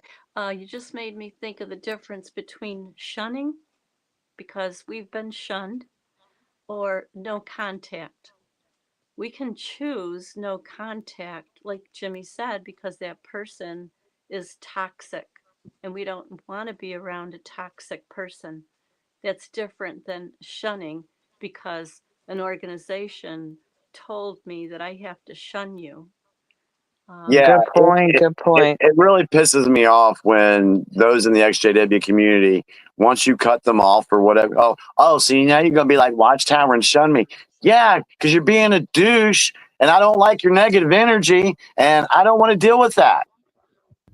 I'll give you a reason for it, though. I'm Yeah. not gonna not tell you. I will give you a very good reason for it. Yeah, and I've told a couple of people that before. Hell, I told Mr. M that before. On Twitter. He's in the chat. I'm cool with him now. But I told him, I was like, listen, dude, if you keep on about the subject that he was on, if you keep on about this, I'm gonna block you. Mm-hmm. And he kept on. So I blocked him. Yep. But he's been on here a couple of times. Now we talk on Facebook. I set a boundary. Right. I set my own boundary. And if it goes over and it affects my energy, then I don't want to deal with it. Exactly. And you protect your mental health and you just no contact. Correct. But there should be a good reason for it, not just because you don't like someone. Exactly. There should be a better reason. And I think too that the mentality too with some of these XJWs that disagree with other people, it's the same thing that carries over when we were witnesses. You know, whether we're door to door at a cart, somebody approaches you, oh, you're really nice, you want to engage them, but as soon as they think differently of you, right away you don't want to have the conversation. They say, well, we're not here to debate, we're not here to argue. And a lot of times you hear these people, you see videos of street preachers and other people that approach these carts and they're like, we're not debating or arguing, we're just here to have a conversation. And I think a lot of these XJWs, that when they find other people that have a different opinion, which they've came to since they left the organization, that right away that they just want to shut everybody down, just like they did when they're in org. And instead of just and having a conversation normally with people, not saying you have to be my friend or we got to hang out, but like, do you really have to go out of your way to start name calling people? Because even when we would go to the door or we're out in the field ministry, if somebody would disagree with us, we'd say, okay, well, we're not here to debate or argue, and that's it. We wouldn't say, oh, well, you're stupid or you're going to be destroyed. Oh, yeah, maybe we say you're going to be destroyed or they're going to be destroyed like after we got, walked off their driveway and we're walking to the next house. But, I mean, it seems like sometimes some of these XJWs are even sometimes worse or way more disrespect, like they've went down right in character since they've left and been actually not changed and being open-minded to other people's opinions, but maybe even in some circumstances have gotten even worse to where you're actually calling people's names. All you have to say is, I don't agree with you and this is why. And then wait for the reply. But you start saying, oh, you're racist, you're stupid. It's like, why not just call them an apostate and say, oh, you're going to be destroyed, or you know what I mean? It's the exact same type of tone. The tone is there. And that's why when they and that's why when they do things like that, it is in my opinion that you have to meet them with the same exact tone. Like you need to fight fire with fire sometimes, not all the time. But I am the go-to for the fire. You know what I'm saying? Like I'm not nice when it comes to stuff like this. So when the nails and the teeth come out, I bring my own nails and my own teeth, right? And sometimes that, like Tony said earlier, you have to stand up for yourself, and we did, and Michelle did. She had her chance, and I'm glad that she did.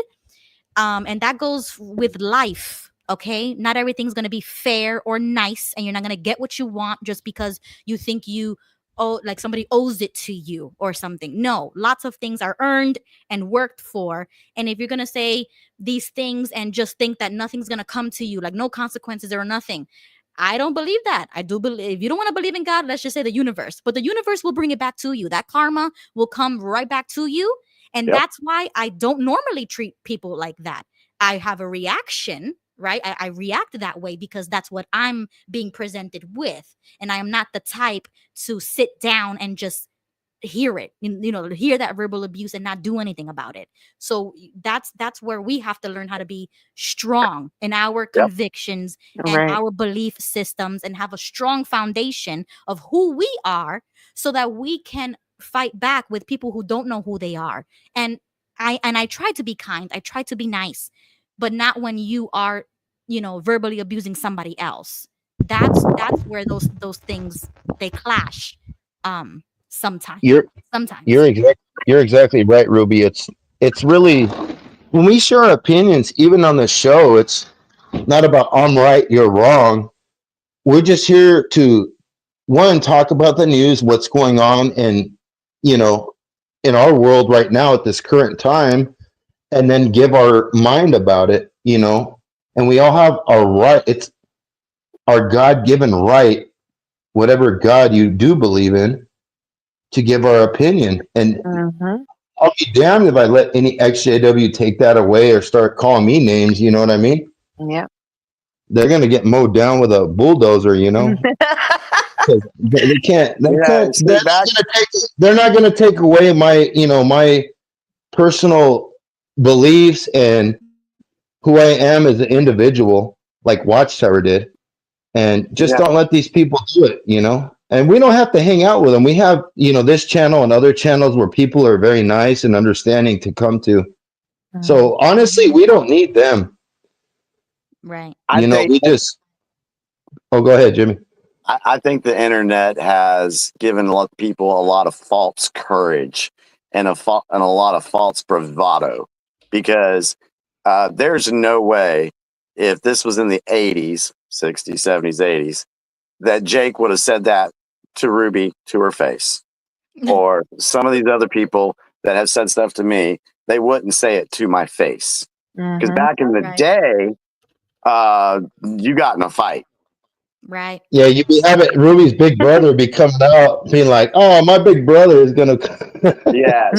So now it's pretty obvious. There's a lot of people out there that have never been punched in the face before, because they feel like they can hide behind their keyboard, spout all this stuff, and get away with it. So, right. And if he did speak to somebody like that in person, then he is even lower IQ than I thought. You know what I'm saying? Like I'm gonna tell you right now, if I hope that he doesn't talk like that in real life. You know what I'm saying? I hope that he learns his lesson from these interactions and that he does better for himself, because it is disrespecting yourself to treat other people like that. Yeah. To change the subject a little bit, King Tony, guess who I spoke to today? You're gonna give me options? At my door. I'll give you a hint. At my door. Oh, a JW? No, but very a similar. Mormon? Mormons. Oh, they came back? Yeah, but 2 different Mormons. Oh. And they spoke to me for about 30 minutes. I was really shocked. I questioned them. I gave pushback and everything. And I once again, you see what I'm saying? Respectfully talking about different religious beliefs and how to speak to somebody when they're coming to your door, right? Because we were in that position. I know how it feels to be indoctrinated and talking to other people about my religious beliefs. Yes. So I talked to them for 30 minutes and Brielle was with me outside. Once again, great example for your kids to see you talking respectfully to other people in public when it comes to disagreements. And he talked about Joseph Smith for 30 minutes. And once again, I was talking about Jesus Christ. And and he kept on, and about twice he took the L, he bended the knee, and he said, "You're right. He's an imperfect man. We just we revere him, we respect him as a prophet, but he made some mistakes, and we're not focused on Joseph. We are focused on Jesus Christ." And I said, "Really? Are ya?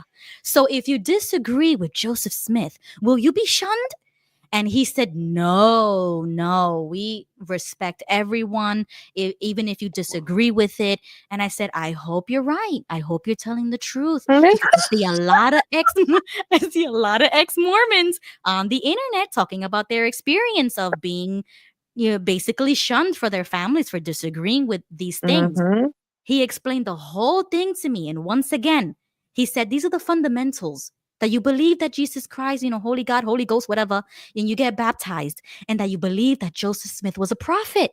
And I said, you see, right there. Why do you always need a middleman? It should just be you and Jesus Christ. And you know what? I caught myself and I was like, yo, this is something that Tony would say, because that's what you tell me about, when I was going to this Orthodox church. Yep. So I was channeling Tony while I was talking to these Mormons. And he said, "You're absolutely right." So then he started mimicking all of my talking points and like circling it right back to me. And then he would bring Joseph Smith one more time. And I'm like, listen, I respect you and what you believe, but you do not need Joseph Smith to believe in Jesus Christ. And I hope you know that. I just hope you know that. And I hope that ever in your life you decide never to be a Mormon again, I hope you have that choice and that freedom of religion. I literally I didn't have that as a Jehovah's Witness. And I had them for 30 minutes going back and That's forth. hilarious. Oh my goodness. And he gave me two handshakes. Think of it. Both of you guys could have been actually working for money as salesmen. Exactly. Instead, you're doing it for free. Oh, jeez. Look, nice discussion. Yeah, Thank we're you. gonna go to Thank bed. you for including us. All right, good night. Love you guys. Good night. Thank you for joining. Thank you for having us. Thank you. All right, bye. Oh, I'm so glad that they joined. But yeah, I had them there for 30 minutes, bro. Oh my They gave gosh, me that's two so funny. handshakes. And then he said at the end, "We respect you for your beliefs. We like to be respected for ours." I said, "Agreed. Totally agree. Totally agree." I converted, and I gave him all the reasons why I converted to Orthodoxy. And then he said, "Well, I guess, we're going to be leaving, yada, yada." He left, and he left the neighborhood. He didn't even go to another door.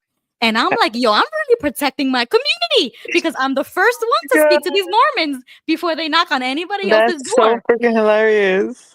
Yep. He said, but when he first came, he said, "I want to invite you to come drink some juice or wine and crackers this Sunday." What in the I said, world? "What? Crackers and wine? Honey, I'm an Orthodox Christian." So we started talking, and that's how it went. Oh wow. Awesome, Ruby. Yeah. That's great. And then right before he left, he's like, "Well, I mean, I know you're Orthodox Christian, so we probably won't be here in a really long time, but thank you for speaking with us. And I appreciate this They're never coming back. Yeah, they never coming back. That was like the last hurrah. Like, you know what? Let's give her one last chance. Like, one last chance. He said, before we "Read the last scratch verse." her off the list. Yep. And we'll try again in 6 months. And Oh I'm my like, "Listen, you can God. come whenever you Stop. want." Oh my God. That's so cringe. Hey, It Ruby. was. Go ahead, JP.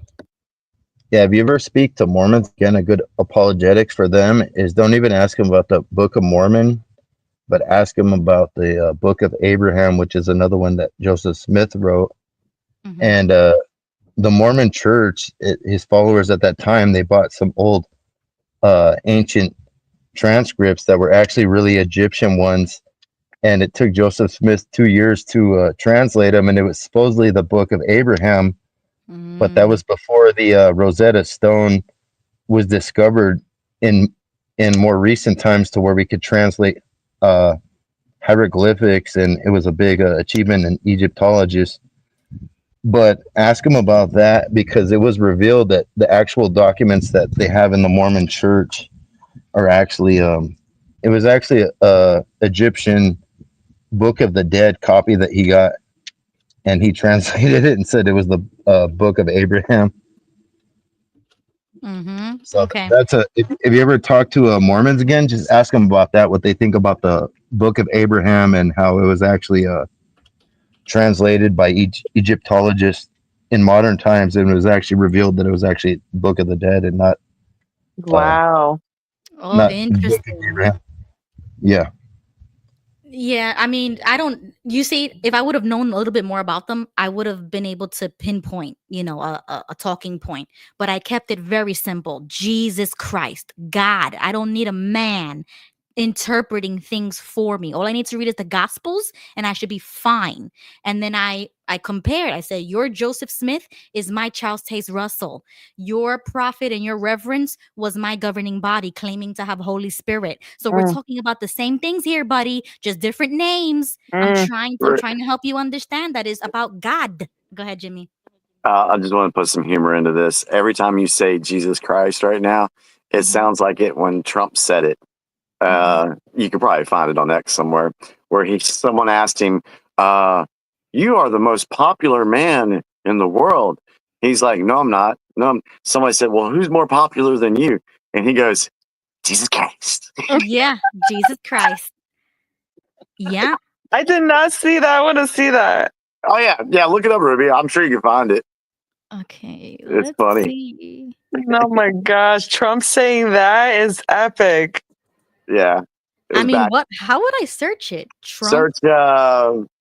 Trump asked, who's the most popular man on earth? Okay, let's see if X has it. I'm sure they do. Okay, I see their Christmas thing.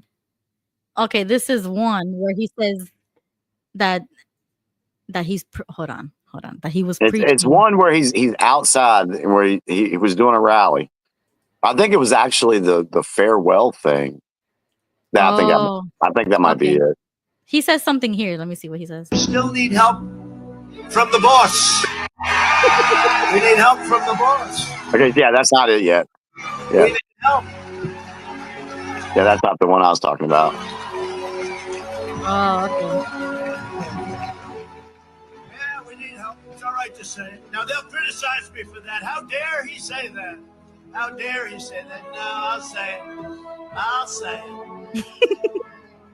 I'll say it. Maybe it is. Somebody said to me the other day, Yeah. you're the most famous person in the world by far. I said, no, I'm not. No, I'm not. He said, yes, you are. I said, no. He said, who's more famous? I said, Jesus Christ. Okay. All right. Yeah. Okay, cool. All right. That was it. Oh, wow. Hey, even Trump admits we need a higher power. We need help from the boss. I'll say it.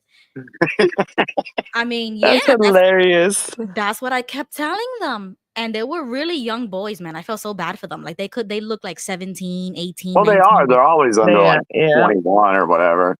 Poor guy. Really young. And I'm sure they went really prepared for that conversation. You know what?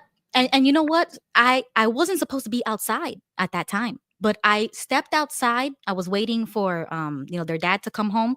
And I said, let me just wait outside for a few minutes. And they came out their car and they came straight to me. I don't think they were supposed to come to my house because they've been here before. They know who I am. Like, stop playing with me. Right. So since I was the only person outside, they came to talk to me. And I took the opportunity and I said, okay, awesome. I was rubbing my hands like, oh yeah. When I saw the white shirts and the name tags, I said, oh, I love this. I live for this. I live for this. Yep. And I said, oh, this is perfect. And we were out there for 30-something minutes. Wow. And it was a great conversation. You can challenge somebody's beliefs without being disrespectful and without calling out names. Yeah. Exactly. And they can do the same thing to you because they came to my door. I could have said, you're wasting my time right now. You know what I mean? Like, you could be nasty, you can be, Rude. like, yeah, rude. You could be rude and be like, stop wasting my time. You guys already came here last time. You know who I, you could be really like that. But I'm trying to talk to the person. I'm not trying to talk to the Mormon. I'm trying to talk to the man inside of all that indoctrination and see that he doesn't need a church or a build. I'm telling you, Tony, I was channeling you. I was like, you don't need a Don't building. stop it. You I'll don't start need a cackling church. again. Yeah, I'm telling you, I'm preaching out here. I'm preaching. Listen, you're killing me. Ruby does a lot of channeling of you and me, doesn't she, Tony? Yes, she does. Yeah. Yep. Yes, she does. Yep. It's the good energy. She's surrounded by good energy. Yeah, and Channeling that's why through. you need to talk to people different from you. You need that outside You do. angle. Because if I was just myself and just talk to somebody who was like, "You're right, you're a yes man," Right. you will get Yeah. nowhere. And the thing is that when you hear other people's perspectives, it helps you to critically think. It helps you to think outside of what you're normally thinking or your process of thinking. There's so many different ways to think about a topic, questions you can ask yourself. People don't self-analyze. They don't ask Right. themselves questions. Why do I Right. feel this way? Right. Why does that person feel that way? Why are we feeling two different ways about this, but on a same topic? Like, why? There you What go. triggers that? And honestly, it's exhausting. It's something you do constantly, 24/7, every day. And it's not something you stop doing. And it becomes you eventually. If you allow it and you're accepting of it, like, you become that way naturally. And that's how it Yeah. should be. Yeah. I'm a totally different person than I was in 2019 when Right. I first came into the community. Totally different person. And like Tony just said, when you get to that point where you're just being that person, it takes a lot of work to get there. But once you're there, it's like waking up every morning. It's going to happen. Exactly. Yeah, it's pretty cool. And you might find yourself agreeing with something that 6 months ago you would have disagreed Correct. with 100% Well, of that's the the time. thing. Yeah. And that's part of dropping the ego. Because, I still got people that'll argue with me about something that was debunked in 2020. And they just can't. Okay, for an example, right before we came on the show tonight, I had a conversation with somebody that, was XJW. She's an older lady. We've had some battles, I say battles, let's say debates for about 2 years. But she started off the conversation with, I put up a meme. Actually, you know what? Go to my Facebook page, Ruby. I love this. Let's go to Jimmy's page. And you can just read the conversation. That way I ain't got to remember anything. Okay, everybody. We're going to go to Jimmy's Facebook page. Let's check it out. But there's a reason why I wanted to bring this out. Go down to where there's a meme of a guy with his hand on his head. Right there. Okay, so read the... Okay, go ahead. Go ahead and read the meme.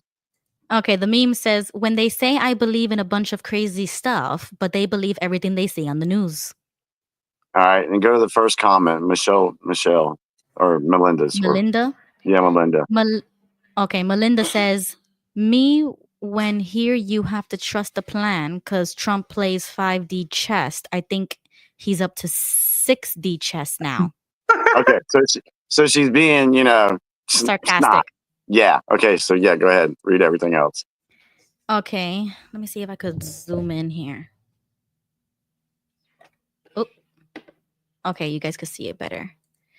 Jimmy says, with so much stuff happening all over the world and you're still stuck on Trump, come on, Melinda, let's expand our thinking here. Melinda says, I see a surveillance state being put into place under the guise of Starlink. Everything that is being dismantled is being repackaged and renamed. Jimmy says, a surveillance state because of Starlink? What about all of our phones being surveilled? What about smart TVs that can record what's going on in your living room? What about smart meters that shut off when there is a power surge on the grid? What about all the cars now connected to systems that can be shut down? What about all of our computers that can be tracked?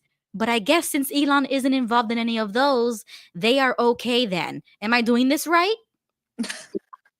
Melinda says, Elon wants to surveillance under our skin. Jimmy says, you said that he wants a surveillance state, though, and I just proved that we are already dealing with that. Was I not correct in my points? And as far as putting it in our skin, some of us are going to say hell no, just like we did with the jab. I challenge you to give up your phone, your car, your smart appliances, and your computer if you are concerned about being surveilled. But you won't. So what is the real issue here? Because it's not your concern about being surveilled, in my opinion. Melinda says, she puts a YouTube link here. She says, this tells you everything. I promise you had no idea this was happening behind the scenes. Jimmy says, I know what's being said, Melinda, but you have not addressed what I have said about already being surveilled with everything else. Right. Please comment on that to stay on topic versus sending me a video, please. Melinda says, watch the video. It says it all. It's too long to type. There's no way you will watch this video and not see what I'm trying to tell you. I do not think you'll watch it. Jimmy says, and I don't think you will address what I said. You have avoided it. When I debate someone, I keep them on track. I don't play Jehovah's Witness games by jumping around on subjects. You were originally concerned about Starlink and being surveilled. Aren't we already experiencing surveillance all around us? What do you tend to do about that? Yep. Melinda says, I am not going to type a book. This is a short video, and if you're not afraid to tell the truth, you will watch this. I don't think you're interested in anything other than Trump is going to save us when the opposite is the truth. There is no way you can deny this information because it's right from the horse's mouth. You encourage JWs to use critical thinking and look outside the box. I challenge you to watch that short video and give me your response. No one should be afraid of the truth. Jimmy says, again, you're not answering my question about surveillance already. I am more than willing to have the conversation about the chipping, but only after you answer my questions that I brought up after your original comment. So I am done for now with this. I have a show to prepare for tonight. So if you're willing to address what I said first, then we can continue our debate. And then what was the question? What the hell? You see how you already forgot the question because of how round and round and round Yeah. she goes, because she's not talking about the fact that her original comment about surveillance is that Because all of these these are devices people already that have talk. it. They talk without thinking, and they just say what the first thing that comes to their head, and then it's just like, No, she's not. I don't think they're that stupid. She knows exactly what she said, and she knows exactly what Jimmy said, and she's avoiding the question and Yep. not answering to the fact that everything right here, the government is watching and listening to us right now. So what's the difference with the Starlink? It's a deeper issue. It's bro, just Elon answer the damn or question. Trump. Yeah, It's you'll because find they you'll don't like find Elon. that's one thing that I learned pretty quickly is when you are in a debate with somebody, you ask them a question and you stay on it until they answer the question. Wow. Because it's like the JWs. I mean, when you were at the door and someone asked you a question that you didn't have an answer for, what did you do? Yeah, you're right. You either ran or you pivoted to another topic. Yeah. It's that circular reasoning, and that's what a lot of these XJWs do.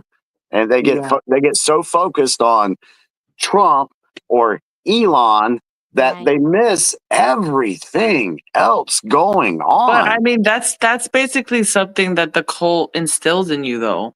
Like Right. it's still the cult like mentality. It reminds me again, my dad, like he wants to change my mind about my viewpoints, my new viewpoints on the Bible and things like that. And it's like, I'm not even going to entertain the conversation until you tell me why they call God Jehovah when his name is not Jehovah. Right. Yeah. Like that's literally the first thing you tell people is, do you want to know God's name? Right. And you're lying to them right in their face. And like, and I was like, no, I'm not entertaining this. And he didn't even want to answer. And he got angry. Exactly.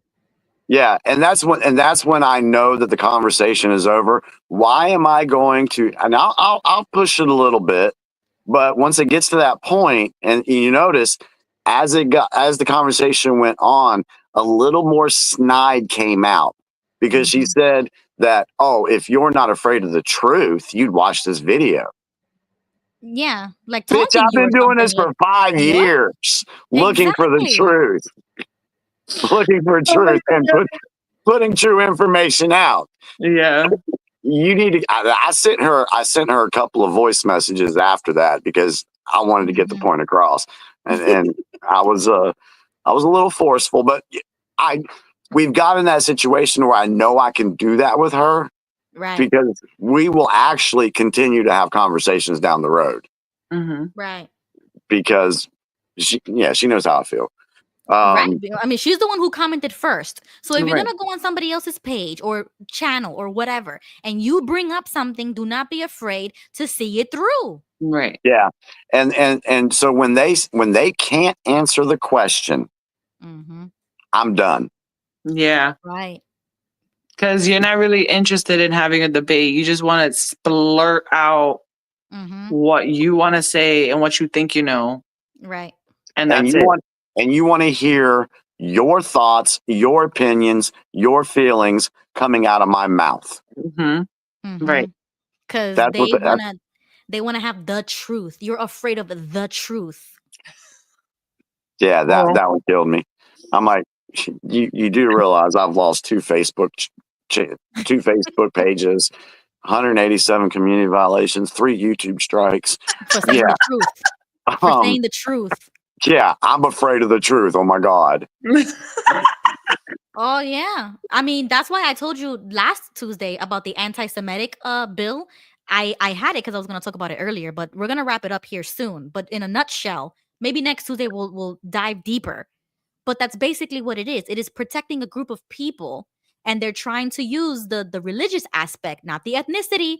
They're using the religious aspect of Judaism when they call themselves Jews, that now Title 5 of the civil rights, que sé yo qué, it doesn't protect them from like hate speech or like offensive speech or memes. And they actually went to Congress complaining about memes on the internet. So next Tuesday, it's laughable because we're in America. What you talking about? Memes. Because you got offended? You want to call that anti-Semitism? That's wild, in my opinion. Yeah, that rabbit hole there is so deep, and I try to simplify it, and people still they have that glazed deer in the eye headlight look. Yeah. Where I tell them, look, I'm not against the true Jewish people. Right. I'm against the Khazarian mafia government, which is the state of Israel. Exactly. There is a difference. And if you can't go and do a little research and find out what the difference is, then I'm sorry, you're still going to believe bullcrap. Exactly. And once you start going down the slippery slope of singling out people, like we told Tony about the DEI stuff, this is the issue. Once you start singling out, even if it is a minority, we already spoke about this, right? Even though those things may be true, it is a slippery slope, because just like how they want to use the Judaism for Jews as a religion, well, then what if we flip that around and put Christianity? Let's do a Christianity anti-Christianity bill. You think that's going to get signed? And now everybody who mocks Christianity or has memes or, Bro, when they do you say know how many people how many memes and jokes there are about Christianity? Like, exactly. But they have the freedom to mock Christianity, but we can't mock Judaism. It's considered Semitism to anti-Semitic to joke about Judaism as a religion. No. I mean, in the Bible, they were always whining. They didn't even appreciate the manna. So, I mean, look at Hollywood. How many times? Like, it's true, though. They didn't appreciate the manna that God gave them. Look at Hollywood and how they mock Christianity. Oh, 100%. That's what I'm saying. Like, that's ridiculous. Like, come on. I'm not saying, y'all know I'm not a fan of any religion. SNL. But you look at South Park, how they portray Jesus. You look at some of these videos and things that they do. Okay. And who runs Hollywood? Thank you. Thank you. Exactly. But which a bunch of Jews. But which Jews are running Hollywood? Zionists, probably. The Khazarian mafia. Wow. Look at that. That's Ukrainian who's doing Jews. it. It's not the regular people, the regular Jewish people. They're cool. Jimmy, they come from Ukraine. Yeah, exactly. Exactly. It's like that video.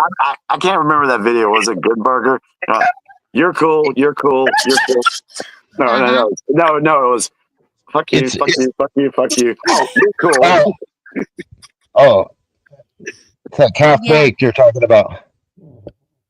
Oh, that movie Half Jimmy. Baked. Oh yeah, Half Baked. Yeah, that was it. Yeah.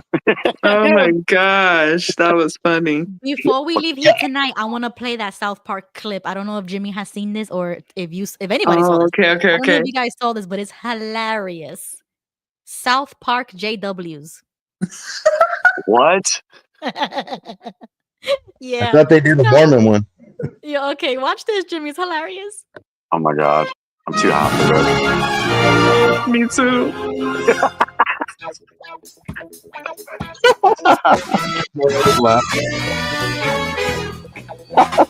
Jeffrey Jack. Who did this? OMG. Oh my god. This is so good. Oh, I know. Oh my god. Oh snap.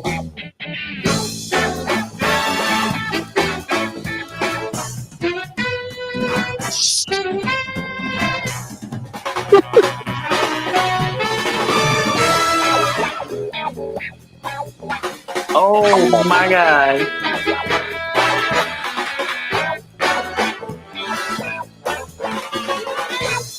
The bullshit.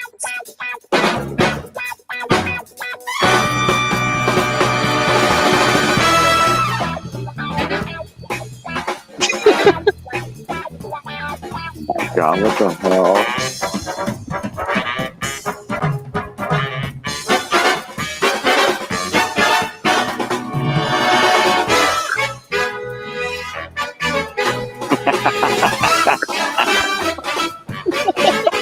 Oh my god. That was great. Congregation of Jehovah's Witnesses. Yo, I saw that. That is so funny. I was on the floor. I don't know who did that. I don't know, but it is genius. It's hilarious. And that's just a teaser. I wish they actually did the episode. Hey, maybe somebody will. I don't know if they have the software. Wow. Maybe they That will. was good. I'm glad I partook before we watched that. Yep, I'm glad.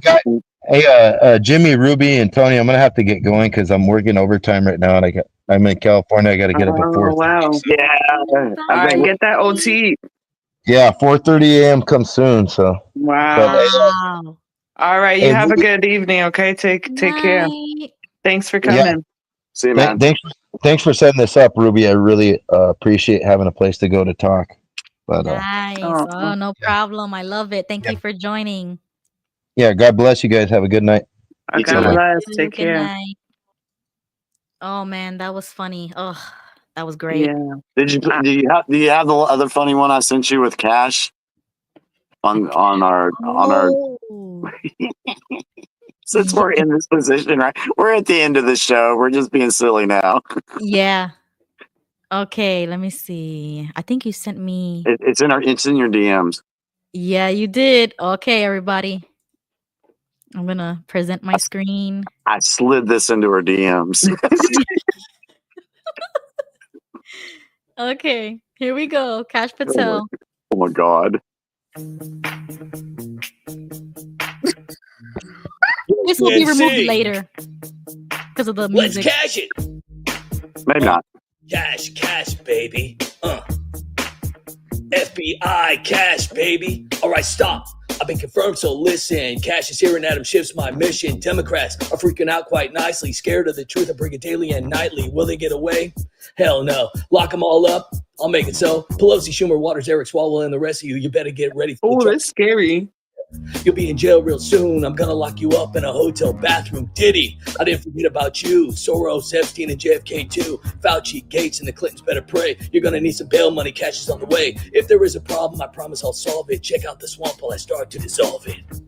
Hey. Yeah. FBI cash, baby. Yeah. AOC.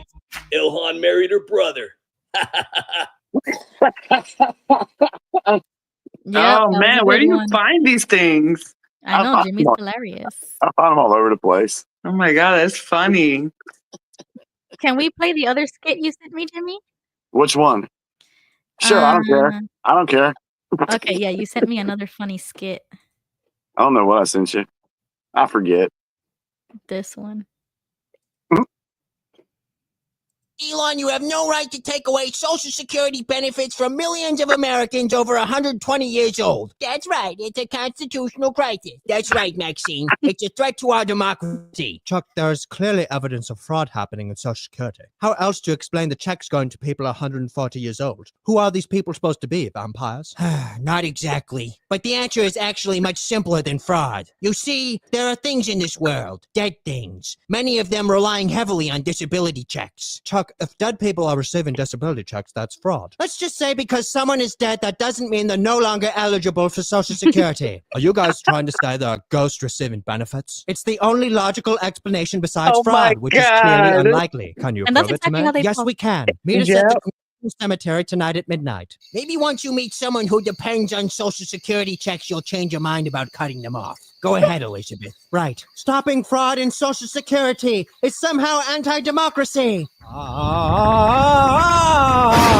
Who dares disturb my gay kissing? Oh, it's you. Where the hell is my Social Security check? I have bills to pay, you know. I'm working on it, Benjamin. You see, Elon, without Social Security payments, homosexual ghosts like Benjamin Martin can't afford to eat. Wait a minute. You're stopping my benefits because you think it's impossible to be 130? I'm 287 years old. You Oh must my be an God. idiot. Thank God I have highly ethical geniuses like Elizabeth Warren and Chuck Schumer to watch my back, or who knows what else you do. Yep. Yo, they do not miss nothing. The internet is crazy. Oh my gosh. Mm-hmm. That would have been the exact conversation that would have happened. There's sometimes when I'm smoking and scrolling is what I call it. I need that on a shirt too. And me and my wife talk. I tell my wife, "Hey, I'm going out. I'm going to go smoke and scroll." So, Oh my gosh, that's exactly what it is, though. yeah, but it gets to a point to where I see something on the internet and I'm like, "All right, it's time to go to bed. That's enough of the internet today." Yep. That is exactly and then what I wake happens. up. And then I wake up to these lovely skits that Jimmy sends me on X. I wake up to a new video. Oh my god.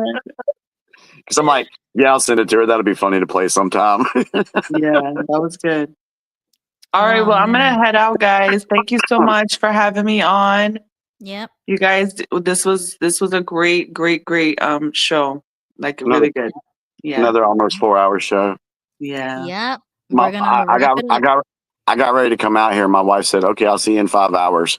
Oh, I know, so sweet. she's too cute. She already knows. Yeah, she She's knows the awesome. drill. She's Yeah. awesome. Yeah. I think I'll Aw. keep her. Yes.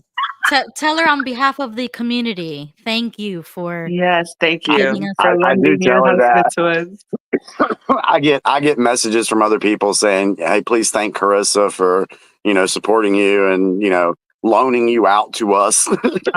Yes, tell her thank you because you have Yeah. been invaluable. There's can't put a price, can't put a number to what true. you find here in the XJW Political Corner. Thank It's you for true. joining, King Tony. All I will right. text Bye, you guys. Have after a the good show. night. All right. Good night, King Tony. Thank you to Michelle, Joe and Fran, JP, Gigi, Jesse, Michelle, Papa Q, and I'm going to be Ruby Q. I'm going to change my name. There we go, Ruby Q. I love it. And I'm going to be Ruby Q. There you go. I changed it. Ruby Q. I like it. I like it. Yeah, it fits well. It's kind of funny. Sometimes I sit and think about things I've done in the community, and I'm like, I am the only one that I know of that actively, openly, and bravely enough to talk about Q. Oh yeah, They're definitely. the only one. And then I started thinking, damn, now we've also done Operation Spotlight. That's never been done in the community either. So that's kind of cool. I like that. I put out a very humble reaction on my Facebook page last week on how thankful I am of how many people have come together to do Operation Spotlight. It's pretty cool. Yep. We're doing great stuff so that the next generation of XJWs have a playbook. Basically, they have a new playbook that they can follow and they could run with it. Yeah. And hopefully we can get to a point to where we can stop XJWs from being created. Do you get what I'm saying? Yeah, I had to think twice about that one. Yeah. Because if we can stop, the harming and everything, the watchtower, then there won't be any XJWs in the future because there won't be no watchtower. Right. So, yeah, that's the long game. We're playing the long game. See, I say stuff like that way, and I'm like, did you get it? Did you catch it? And then somebody sent me a message. I can't remember what it was about, but my response was, every time I post, there's always a reason behind what I say. I'm kind of cryptic sometimes. Yeah. But there's a reason for that. It's like I put up a post that had Wonder Woman on it and said, I don't care really about shitty people, but what worries me are those nice ones who pretend to be nice that will stab you in the back. And then I put up there, I said, I have my eye on a few. And so that's what sparked that conversation between me and that other guy. Wow. So, yeah. So there's always a reason why I say stuff. Yeah, of course. This is not the time to stay quiet. This is it. This is it. If you don't stand up now, you're going to be either quiet forever, or you're going to be so angry that by the time you're ready to vocalize, it's just going to be pure anger. And that's not how you get your message across. So you got to heal all of that first and then come to this. Like I talk about it all the time. It took 10 years for me to level out my head, my emotions, my identity, everything, and politics and otherwise to do a show like this. I wouldn't be able to do that if I didn't know myself, if I had my identity issues out of whack, if I wasn't sure about myself. I would have been angry. I would have projected that anger. I would have to other people with that anger, because hurt people, and you continue that cycle of toxic abuse in any kind of way. It's just abusive, because we shouldn't be treating each other like that. But you're going to do that if we didn't heal. So it takes a long time for somebody to come out here and be objective, like Gail was saying earlier, to have a show and a platform, online personality, persona, character, everything combined to be objective and respectful for everybody to feel comfortable enough to even get on the stage and defend what they believe in.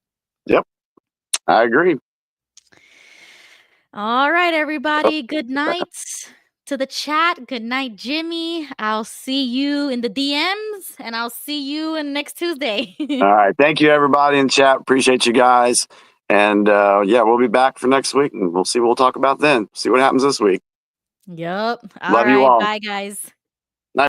I'm a gun throwing patriot, God being patriot. Pricing why they mad, cause I'm really Navy faking it. Free speech advocate, it's on my mind, I'm saying it. I'm about to buy another gun and ain't nobody taking it. Gun toting patriot, God being patriot. Pricing why they mad, cause I'm really Navy faking it. Free speech advocate, it's on my mind, I'm saying it. I'm about to buy another gun and ain't nobody taking it. All red MAGA flags waving through the South like we just want 4 more years. Democrats can't get right. Trumping with that Yeezy flow. Don't go broke on Sleepy Joe. Make America great again.